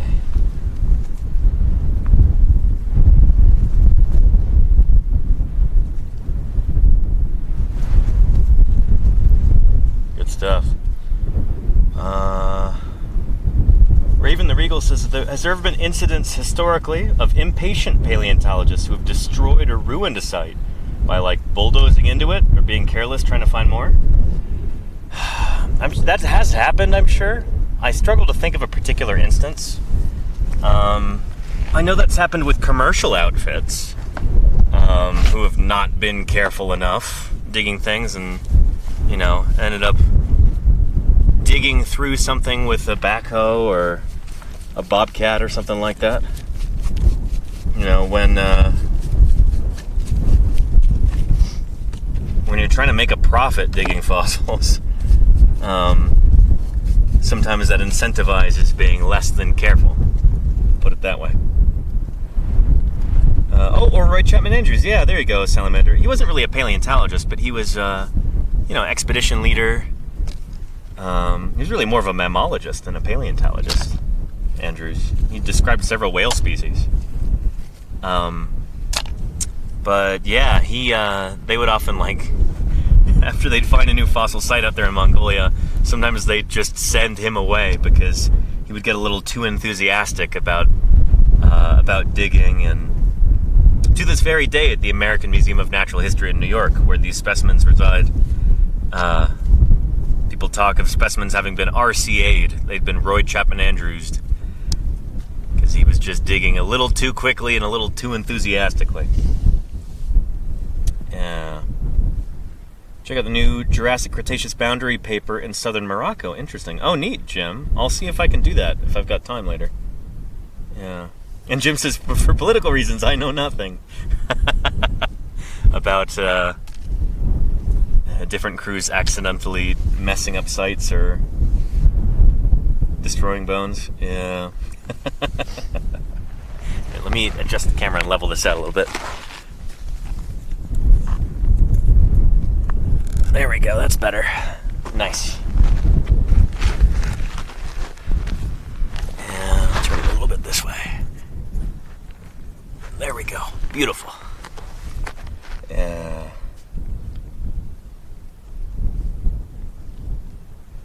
Yeah, good stuff. Still got 1,153 people watching. That's incredible. Wow. Good stuff. Anybody, if you've got any questions at all, do not hesitate to ask. That's the whole point of these live broadcasts. That's why this is cooler than, like, say, a pre-recorded YouTube video or something, is you get to ask questions and get them answered live.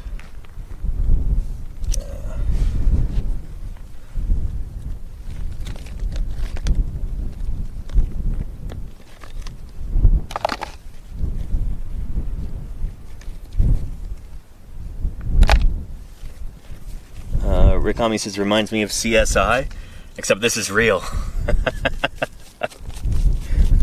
Zoom in and enhance. Cretaceous scene investigation. Cretaceous site investigation, yeah. Or even Campanian. Yeah, there you go. I like that. Yeah. And what's the most difficult dinosaur name to spell? Asks F. Mike. Maybe, that's a tough one. Biotnitskysaurus. It's kind of difficult. People seem to have a hard time with Epistocoelicaudia, but it's really kind of simple when you break it down. Bruhathkayasaurus. I don't know. Yeah. That's a tough question. I don't know what the most difficult dinosaur genus name to spell would be. Probably some kind of bird.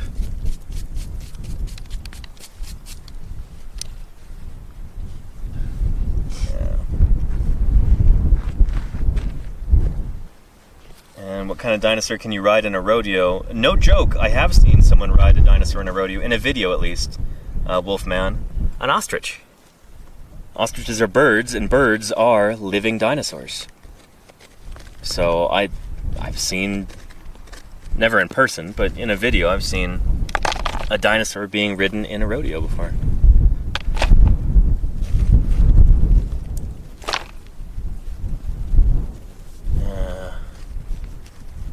And Ichi is the easiest to spell. Probably Neverwinter, yeah. Or maybe Mei Long. Zool. Zool, yeah, yeah. All short names. Although the species name for Zool isn't so easy.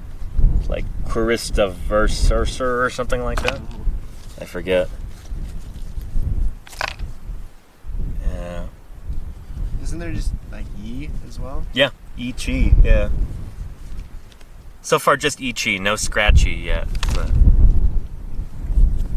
But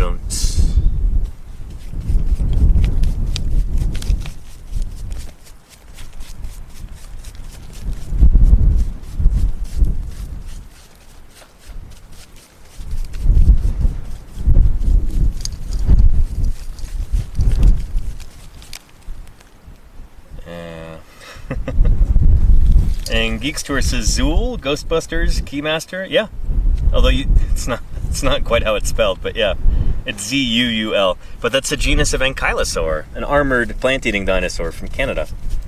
Zool, Z-U-U-L, and it's named after the character from Ghostbusters. I think Dan Aykroyd might have actually had something to do with that. He may have helped provide funding or something. But yeah, Zool, the destroyer of shins. It's got this big tail club on the end of the tail. And, oh, Ragger Ballin's got a great question. What continent have we found the most dinosaurs from? Definitely North America.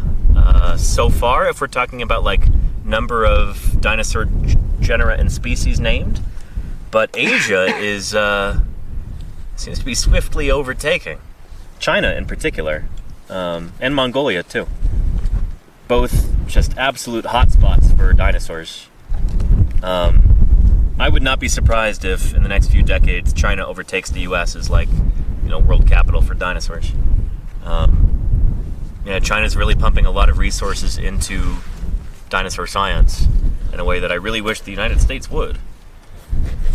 But that's a discussion for another time, maybe. Yeah. And F. Mike says, does that mean that the little seagull tormenting people outside my work every day is a dinosaur? Yes, absolutely. Yeah. All birds are. Not just ostriches, not just cassowaries, but pelicans and hummingbirds, goonie birds and penguins, and gulls, too. Yeah. And Franz Schubert says, is that mostly because the most digging has occurred in North America, or technology has improved elsewhere? It's, a big part of it is just you've got a lot of working paleontologists in North America. In the United States and in Canada, and even a few in Mexico now. There's some really cool fossil finds coming out of Mexico. Paleo Jim in the chat could tell you about that. But, yeah. I don't know, this is kind of a current project of mine, is looking at dinosaur science around the world and, like, what are the conditions that cause dinosaur paleontology to really flourish in different areas. And a huge part of it comes down to funding and having, like, research programs. And right now, China is accelerating in that area. And, while we're still doing a lot of really cool stuff here in the U.S., and up in Canada too, in North America, I don't know, China is poised to have us beat pretty soon, which is exciting in a way. Yeah. And that engineered, yeah, thanks, Victoria Arbor and Dave Evans, exactly, engineered. Yes, good to see her. What's the name of the raptor used for the movies? Oh, Ghost Wolf, that was Deinonychus. That's the velociraptor from Jurassic Park, is actually Deinonychus. And do China and Mongolia have higher concentrations of dinosaurs or more exposed land available to dig? There are high concentrations of dinosaur fossils there, and there's a lot of just like beautiful desert country, like we've got here in Wyoming. I don't know if it's particularly richer in China or Mongolia than in the US. I don't know. Utah probably is currently the world capital for dinosaurs. There have been more dinosaurs named from Utah than any other state in the United States, and therefore pretty much anywhere else in the world for a region of its size. But, yeah. If you want to go out and find dinosaurs, you got to get out to territory like this. That's how it works. The more exposed rock that you can look at, the more prospecting you can do, the more dinosaurs you will find. But that's only part of it. You also have to dig them up and study them and publish on them.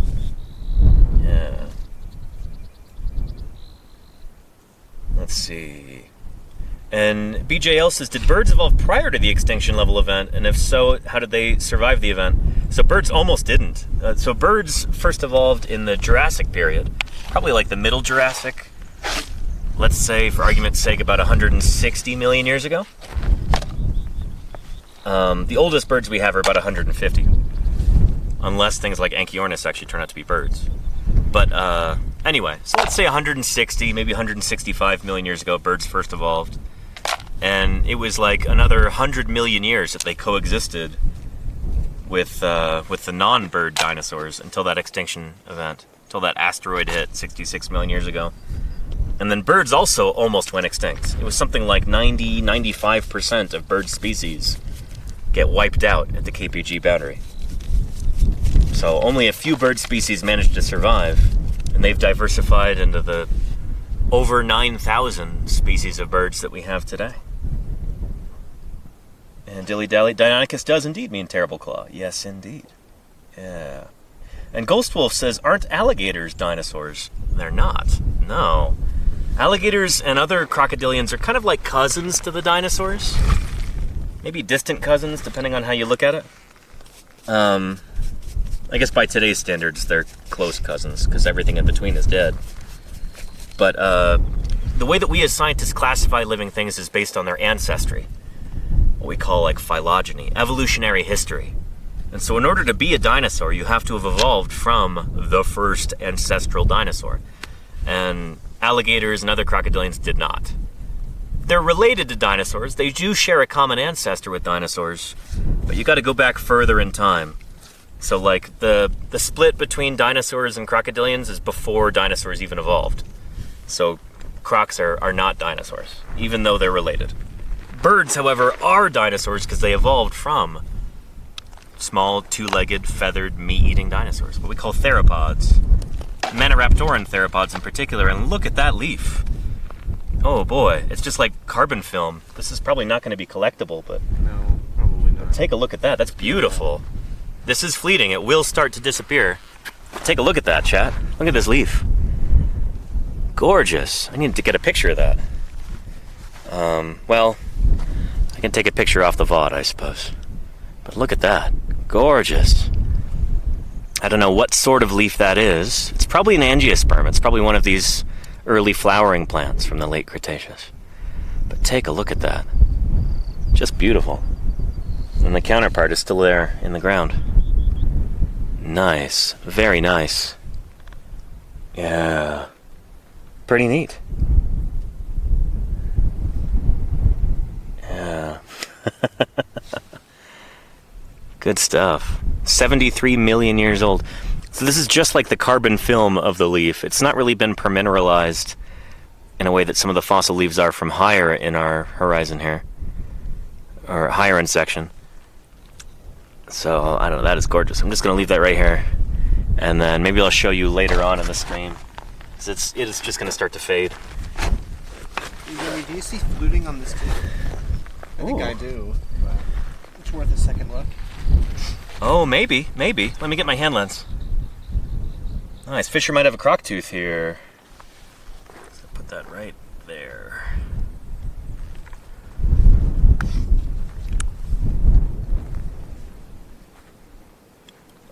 And Jim says they would collect, wrap now gently in TP.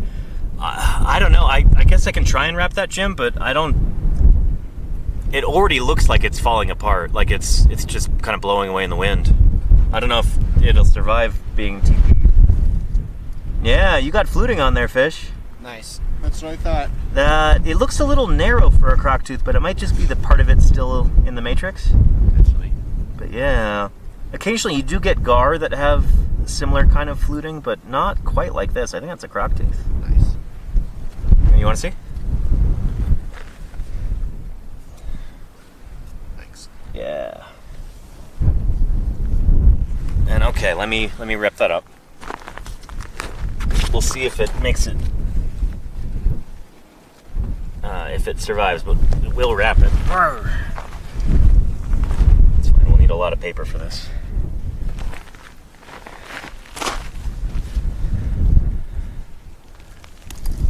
Yeah, there's already big parts of it that are sloughing off as we speak. But we'll give it a shot.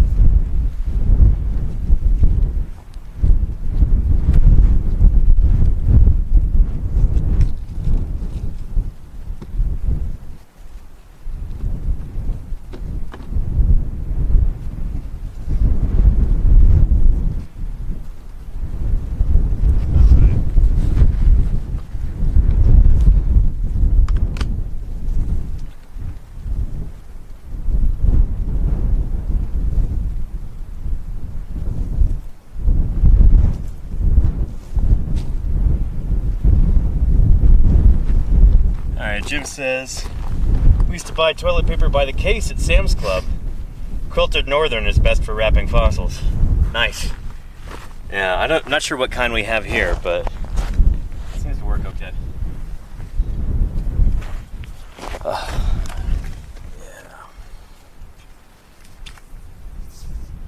And lizard bottom right of the camera? Where? Bottom right.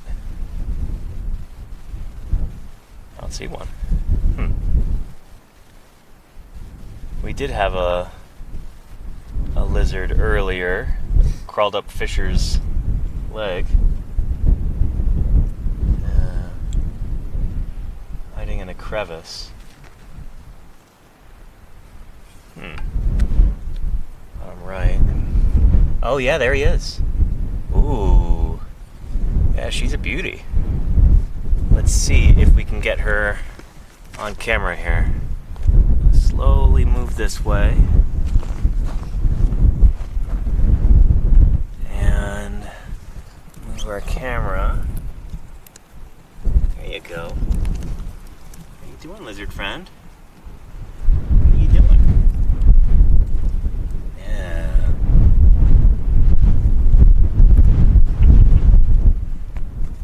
Thanks for visiting us. Hopefully we're stirring up all kinds of tasty bugs and stuff for you. Yeah.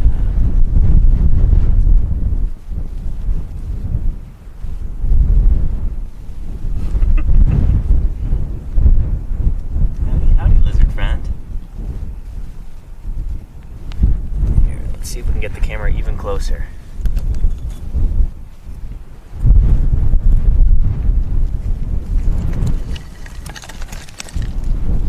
Go. You having a good day?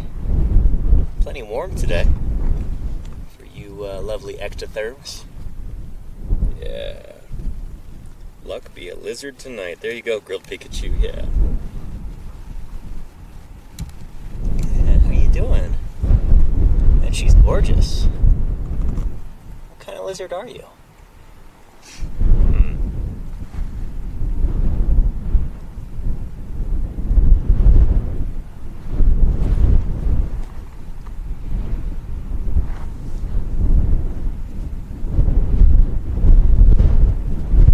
How close we can get this. Oh. Sorry, I don't mean to frighten you. There, we'll put the camera back where it was.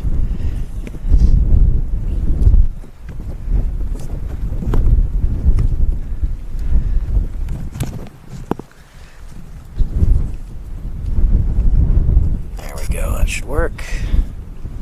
And right. Oop, not quite.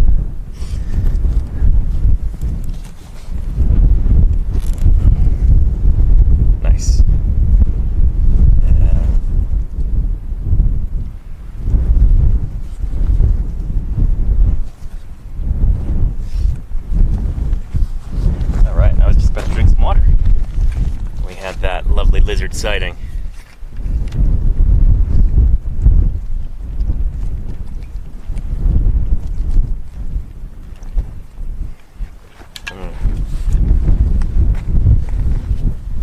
Calliope Lemon says, anything interesting so far? No, definitely not.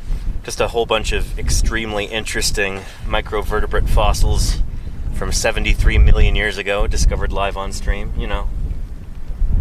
Nothing interesting. Yeah. And Anonymous says, who else aside from Fisher is coming along with you to Utah? Well, Ethan's going to be there because that's his job. Who else have we got? Ken is going to be out there with us, at least for the weekends. That'll be nice. And then Jim Kirkland, of course, and Don DeBlue. And I'm not sure if anybody else. I'm sure we'll have some other people showing up too. There's our lizard friend again. How are you doing? You're very cool. You know that? You're very cool.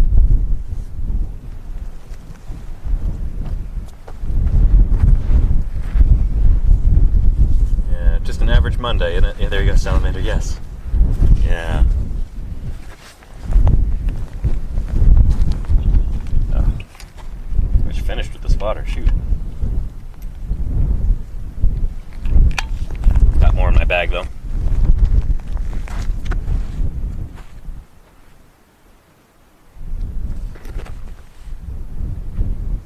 Oh, and Karen Poole for the first week. Very cool, Jim. That's going to be neat to meet her. I've never met Karen before, so... Oop, I'm sorry, little lizard. Ooh, he's right there. Hello, hello. Hi. How are you doing?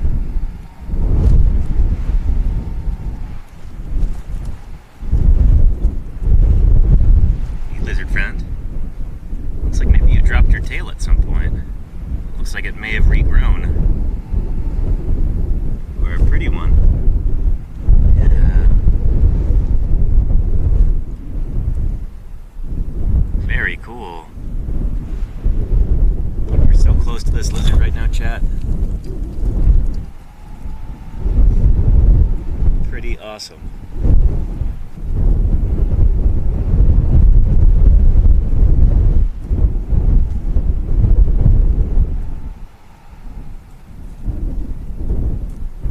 Very cool.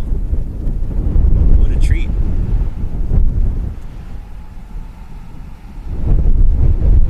Let's see if I can touch him.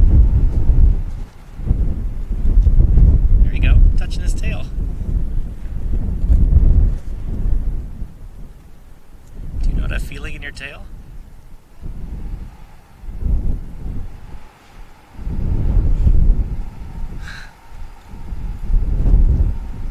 Whip around and bite me.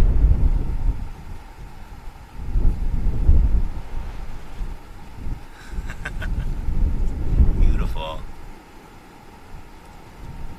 Yeah. Here. I'm trying to hold the camera in place. And can I capture you? You let me do that? Oh, no? Sorry, not trying to bother you too much, lizard. You're just too cool to ignore. That beautiful orange coloring on your side there. You are something else. How pretty are you? Yeah, I'm guessing this is related to like western fence lizards. Genus Scleroporus, maybe? But you are so pretty. Such a pretty critter. Yeah, you are. Look at you.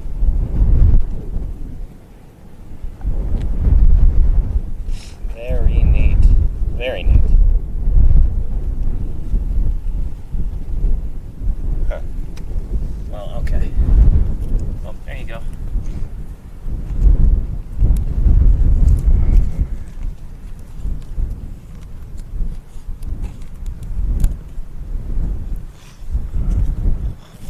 Lovely. Okay. You go about your business and we'll do the same. Thanks for spending time with us, little lizard. Appreciate you.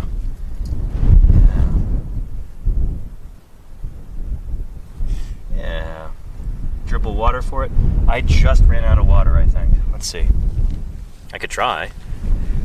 Oh, don't go running away. It's okay.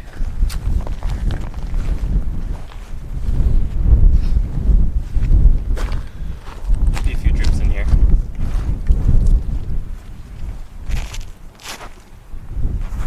Here.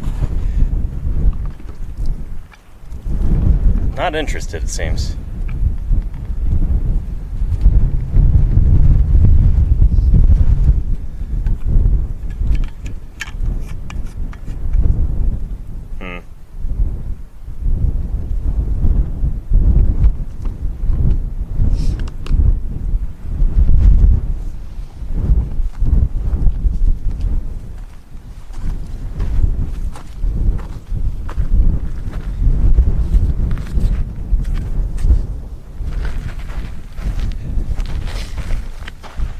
Kested Ta has got a line that sounds like something that,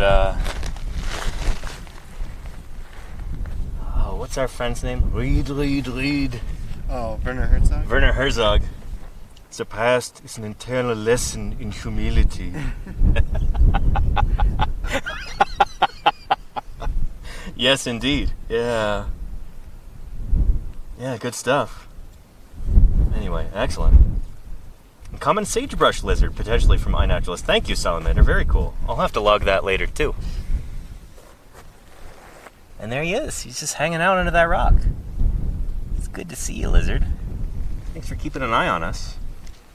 It's like, I can't wait to tell all my lizard friends about this. There were these crazy paleontologists, and they were filthy. At least they didn't smell too bad. But they just, like, would not stop talking about fossils and addressing somebody named Chat. I don't know who that is.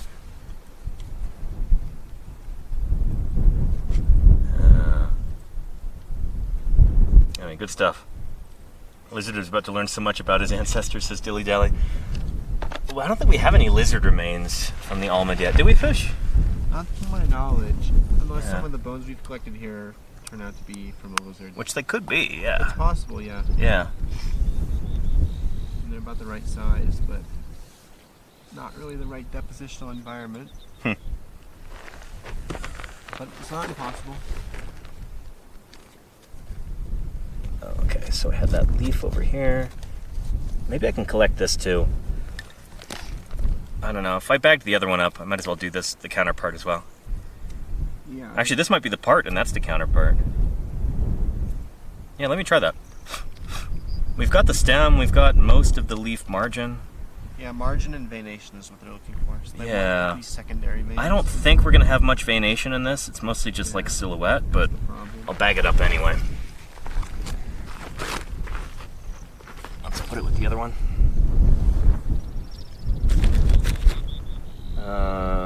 Cody Shibi says, please do your Werner Herzog more often. Mine's not even all that good. I don't know. Fisher does a pretty good one too. Mine's okay, but I'm better at saying things that he would say than actually imitating. It's like cadence. You can feed me lines then, and we'll be two halves of a Herzog together. Ethan does a really excellent Werner Herzog. Ethan's really good at impressions in He's general. great, yeah. He says he's not, but he really is. Man, Spencer was really good too. His Tony Soprano was impeccable. Man, we'll have to introduce you at SVP. I met him briefly. Oh, you did? Okay, nice. Oh, that's right, yeah, before he and Quinn took off, and Luke. Yeah. And are these all private sites you dig at? Alper, most of these are public land, Bureau of Land Management land, BLM land. So like, you know, federal public lands. And we've got special permits to dig here and collect fossils. We've got a very good relationship with the Bureau of Land Management. They've been very good to us. We appreciate that. And we're gonna run out of TP. Collecting all these plants. You got a second roll? Okay, nice. Oh yeah, we're gonna have to bring some. Yeah. Make a list. Acetone, toilet paper, mimosas, ice cream. Yeah.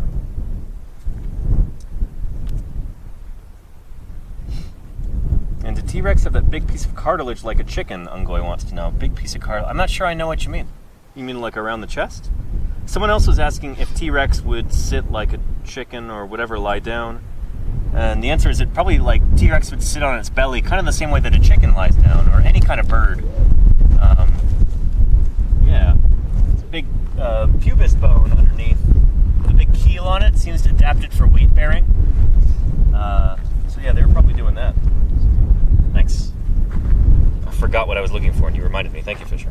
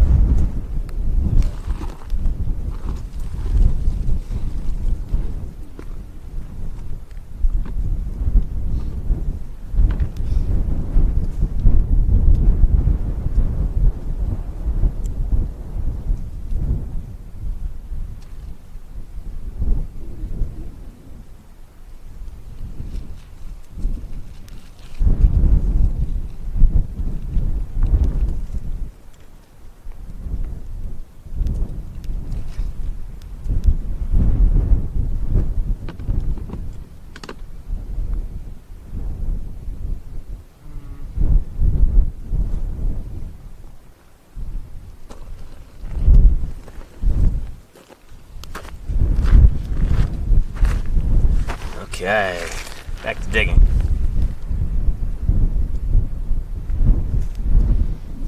And let's see, Raven the Regal. We do know that some tyrannosauroids had feathers. So like some kind of more distant relatives of T-Rex, critters like Tyrannus from China, or Dailong, another tyrannosauroid from China. So anytime somebody asks me if T-Rex had feathers, I say, yeah, almost certainly, like as a juvenile. They probably had some sort of a fuzzy, feathery covering to help keep them warm when they were small, and then they may have lost it as they got older and bigger. You don't see it. You don't typically see a ton of fur on very big animals, unless they live in a very cold environment. And T-Rex, for the most part, did not live in a very cold environment. If it turns out that those northern tyrannosaurs like Nanoxaurus really are something like T-Rex, if they're just like juvenile T-Rex or something, which is possible, then yeah, maybe they would have had like a full feathery covering. But I don't suspect that, you know, a full-grown Tyrannosaurus Rex would have had feathers all over its body like a chicken or something, just because, you know, it's a big animal. Dumping heat is going to be its primary concern, not retaining heat. So having a big feather coat like that would probably be a detriment. But I don't know. We also do have some skin impressions of T-Rex that just show skin. They don't show feathers, but that's only from part of the body. So maybe they did have feathers on part of their bodies as an adult. We really don't know yet. We don't have enough information to really say for certain just yet. But a lot of dinosaurs did have feathers, like Velociraptor, for instance. And is there any scientific evidence about the T-Rex call from the movies? We don't actually know what T-Rex sounded like, no. Sometimes you'll hear paleontologists say, like, oh, well, T-Rex would not have roared because it didn't have the same vocal apparatus as, like, a lion. But you don't have to have a larynx like a lion or another mammal like that in order to roar. Like, you could make an argument that crocodilians, like alligators, roar, or at least bellow. They make really loud noises. And they've got probably a more dinosaur-like vocalization system. You know, vocal apparatus, I should say. Sorry.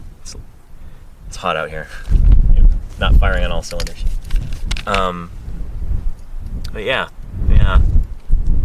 So, I don't know. Would T-Rex have roared?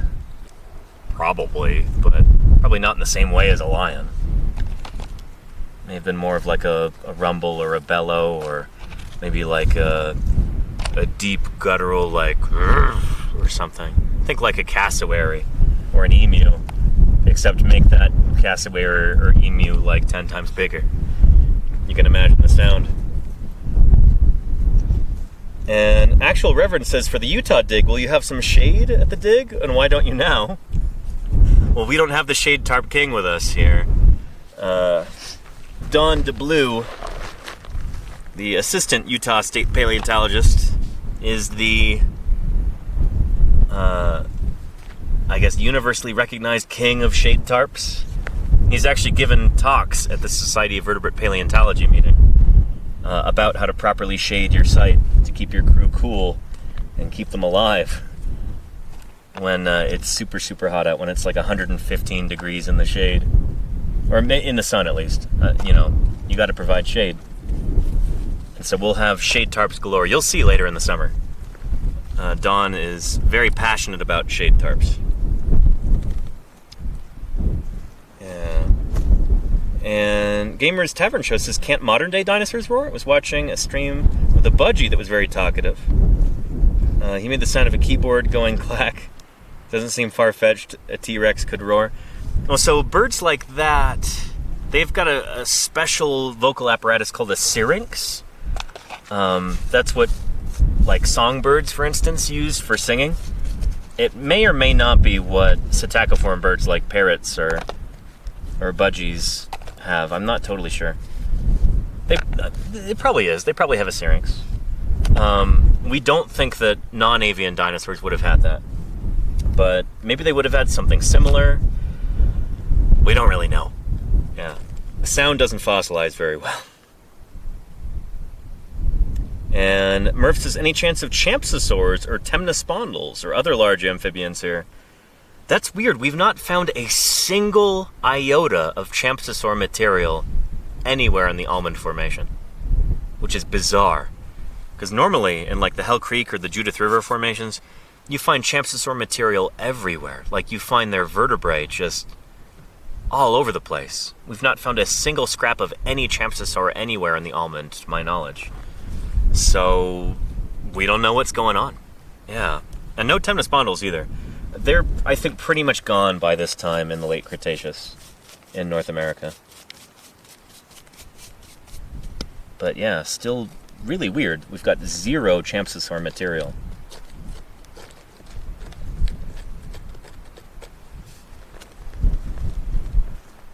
Let's see.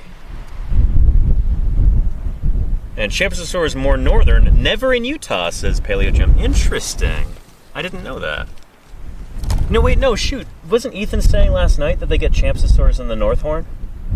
Yeah, he said he found like an entire articulated skeleton. Yeah, but that is northern Utah. Yeah. No, I wonder if it's a temporal thing, or maybe they're being outcompeted by a certain kind of crocodilian or something, and then when that croc disappears, crocodiliform I should say, when that crocodiliform disappears, then champsosaurs come in. I don't know.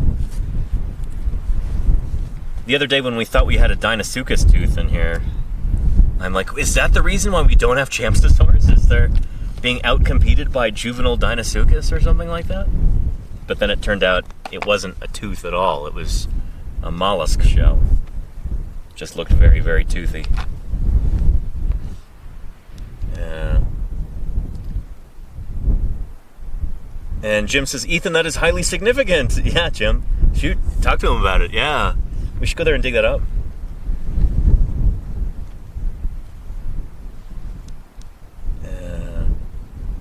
And Spiffiness, thank you for the Prime sub. I appreciate that.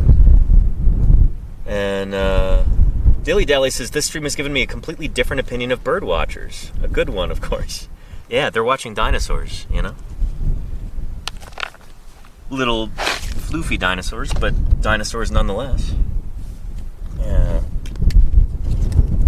And Swamp Rat says, so crazy to think that we share this same Earth and walk right where dinosaurs were walking at one point, like a gajillion years ago. No, as recently as 66 million years ago. Yeah. It's really neat when you get to, if anyone in chat ever gets the chance to visit a dinosaur trackway and walk where dinosaurs walked, that is a truly magical experience.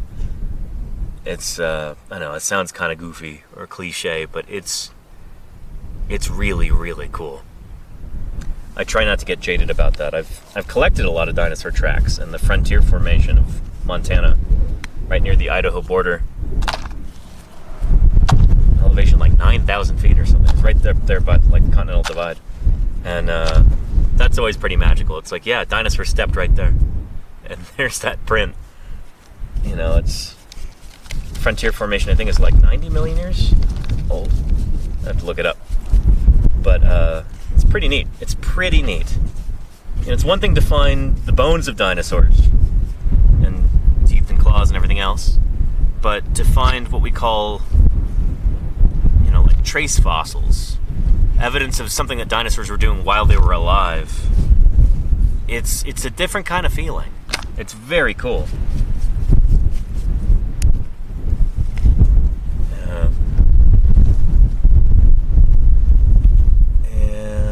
You have that in Massachusetts? Yeah, in Connecticut too, SB Harkin, yep.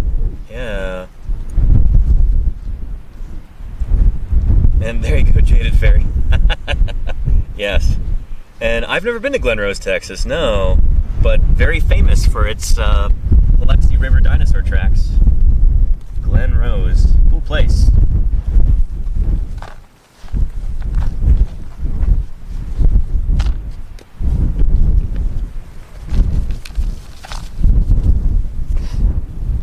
Light Shadow says, you're the real life Alan Grant. No, that's my old boss, Jack Horner.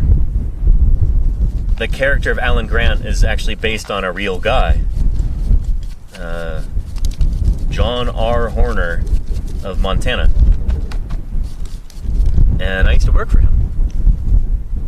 at Museum of the Rockies in Bozeman, Montana.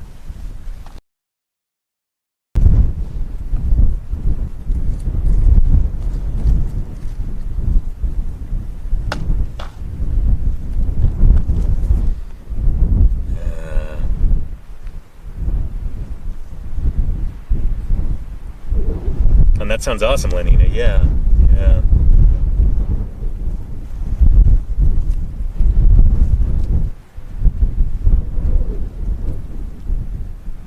And one fun panel says they found a real live coelacanth. Yeah. So we talk about that every December 23rd. I always do a big special stream for Fishmas.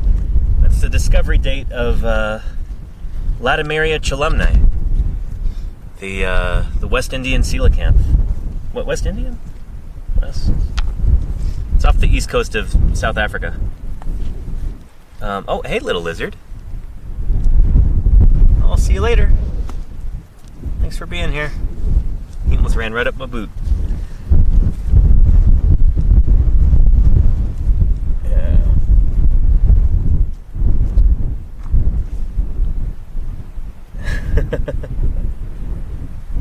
Yeah, cool stuff.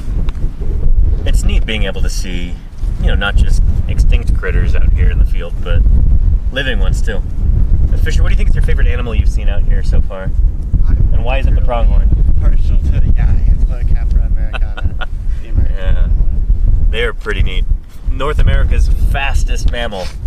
And the second fastest mammal over land, and the fastest over long distances. Really? Yeah. Wow. That's pretty neat. Wait, so they're faster than any African ungulate? Yes. Wow. Likely evolved to escape Spirosonic. Yeah, American cheetah, yeah. Unfortunately, the American cheetah is no longer with us. So this is now an evolutionary anachronism. Yep. Where a trait evolved for something that no longer exists is retained. And it kind of proves the old adage that cheetahs never prosper. I'm sorry.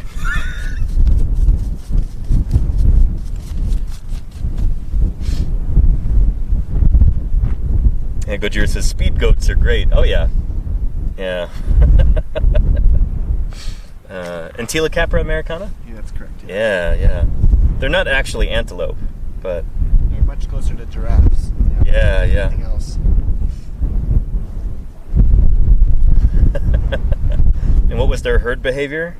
Kestata? So we do see them kind of running in groups occasionally out here. We see them almost every day, like driving back and forth to camp. Yeah. They're really cool. I love pronghorn. And just the coloration is really neat too. Most mammals are not very colorful, and they're not very colorful either, but the color pattern that they have is really neat. Kind of orangish up top, and they've got this like black streak, and then they're white underneath. They're cool animals. I love pronghorn. I couldn't resist buying myself a Wyoming pronghorn t-shirt when I was at the store shortly after we arrived here in Wyoming.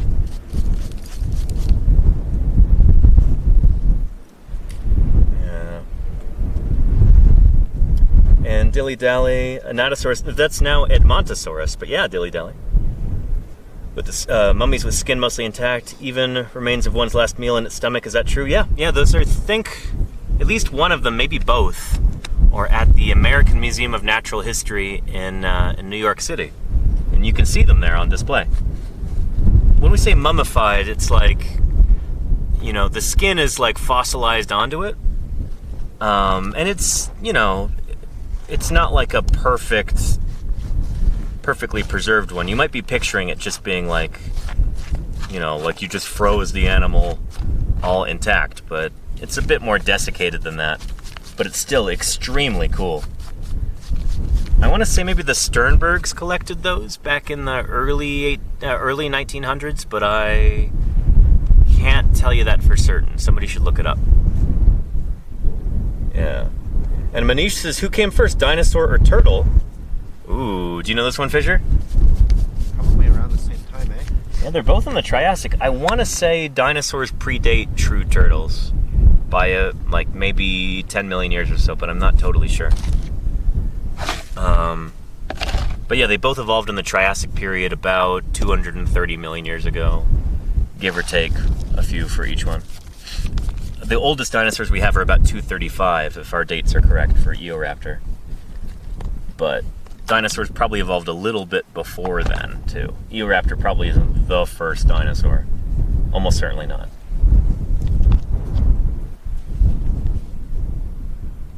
And Murph says, is mummified just desiccation to the point of preservation? Sort of. There's like, tendon and flesh and skin that got permineralized, just like the bone would get fossilized. The same thing happened to some of the soft tissue. It got partially turned to stone. And we actually have a partially mummified hadrosaur here that we've been digging up.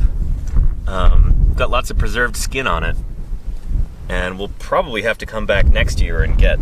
Well, we will have to come back next year and get the last pieces of it because it was just too much for this year. But really cool stuff. Yeah. And Smace says, are marine reptiles related to turtles? Yes and no. So sea turtles are a kind of marine reptile. Marine reptile isn't really like a group of animals that are all super closely related. They don't all share a common ancestor. It just means reptiles that live in the sea. So sea snakes and sea turtles, and according to some people, marine iguanas could all be considered marine reptiles today. But it's kind of a grab bag term. It's like if you're a reptile that lives in the sea, then you're a marine reptile. But they come from different ancestors. So like plesiosaurs and ichthyosaurs and mosasaurs, nothosaurs and thalattosaurs, marine crocodiliforms and other critters like that too. Those are all marine reptiles, all now extinct. But they came from different reptile ancestors. Yeah. And Libercon says, have you presented any scientific TV shows? Not yet. No. Not outside of Twitch. I've been on the news a few times. And I've obviously given scientific talks and presentations and stuff like that, but I've never been on the actual television TV before. Not on broadcast TV, just here on Twitch. Oh, and I've never presented a documentary or anything like that. Never been a host for a TV show apart from here on Twitch.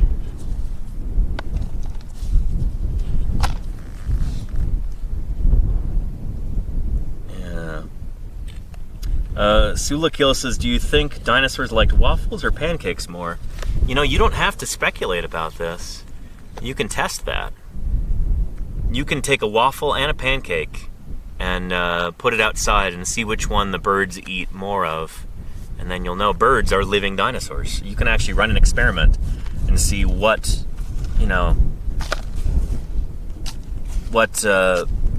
breakfast wheat product, what breakfast gluten-based food dinosaurs prefer today.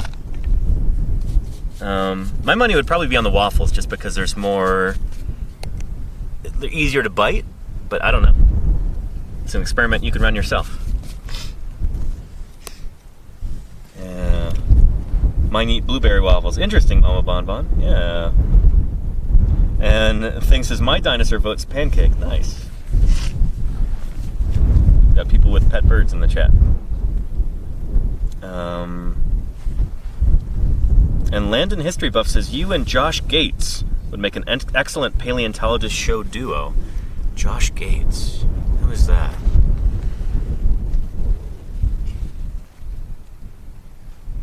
I'm drawing a blank here. Yeah. What does he work on? I'm thinking of Bucky Gates, who works on hadrosaurs, but probably not who you're talking about. Yeah. Oh, he's a historian on Discovery Channel. Oh, okay, gotcha. And Frisco Chris, thank you for the tier 1 sub. I really appreciate that. Thank you, thank you.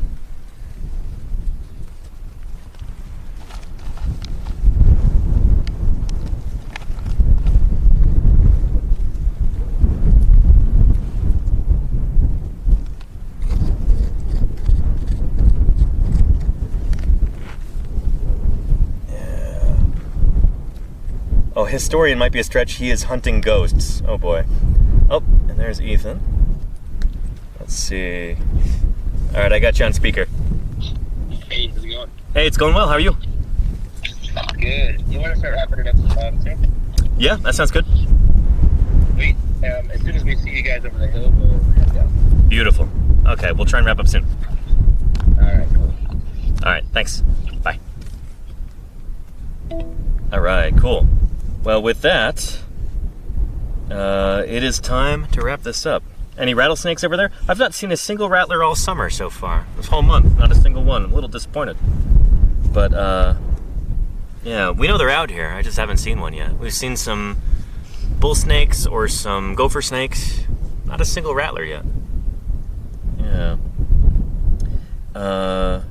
Libricon says Twitch CEO Dan Clancy needs to promote science more, or maybe have a category. Well, we do have the science and technology category here on Twitch, but what we'd really love to have is like an official Twitch guild for educational content. That would be really awesome. So, yeah, I actually got to meet Dan Clancy a couple months ago in San Francisco at a Twitch event. Cool guy. Although he was pretty tired when I got to talk to him, because it was like the end of the whole event. But yeah, at some point we'd really like to push for an official Twitch education guild. So maybe one of these days. Yeah. And Jelly Terror, thank you for the tier 1 sub. I really appreciate that. Thank you for supporting the channel and supporting science outreach here on Twitch. And with that said, it's time to wrap this thing up, everybody. Because we've got to wrap up the site here. So let's see who we can raid into. Let's see.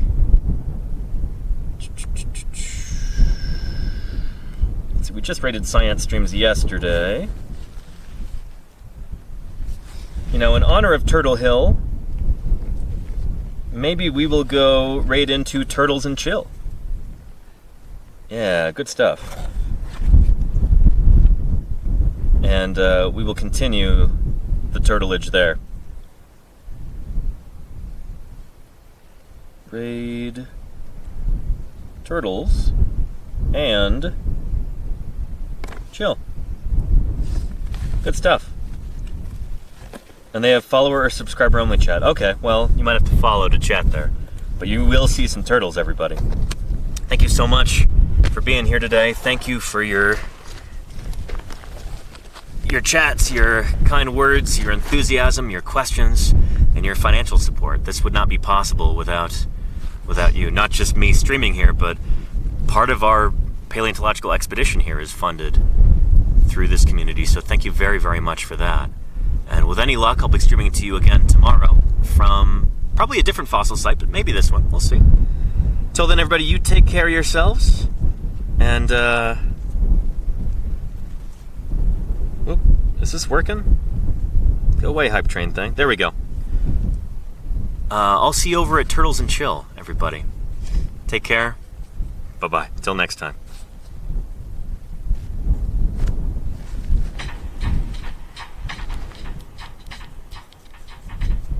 Alright, let's get the stream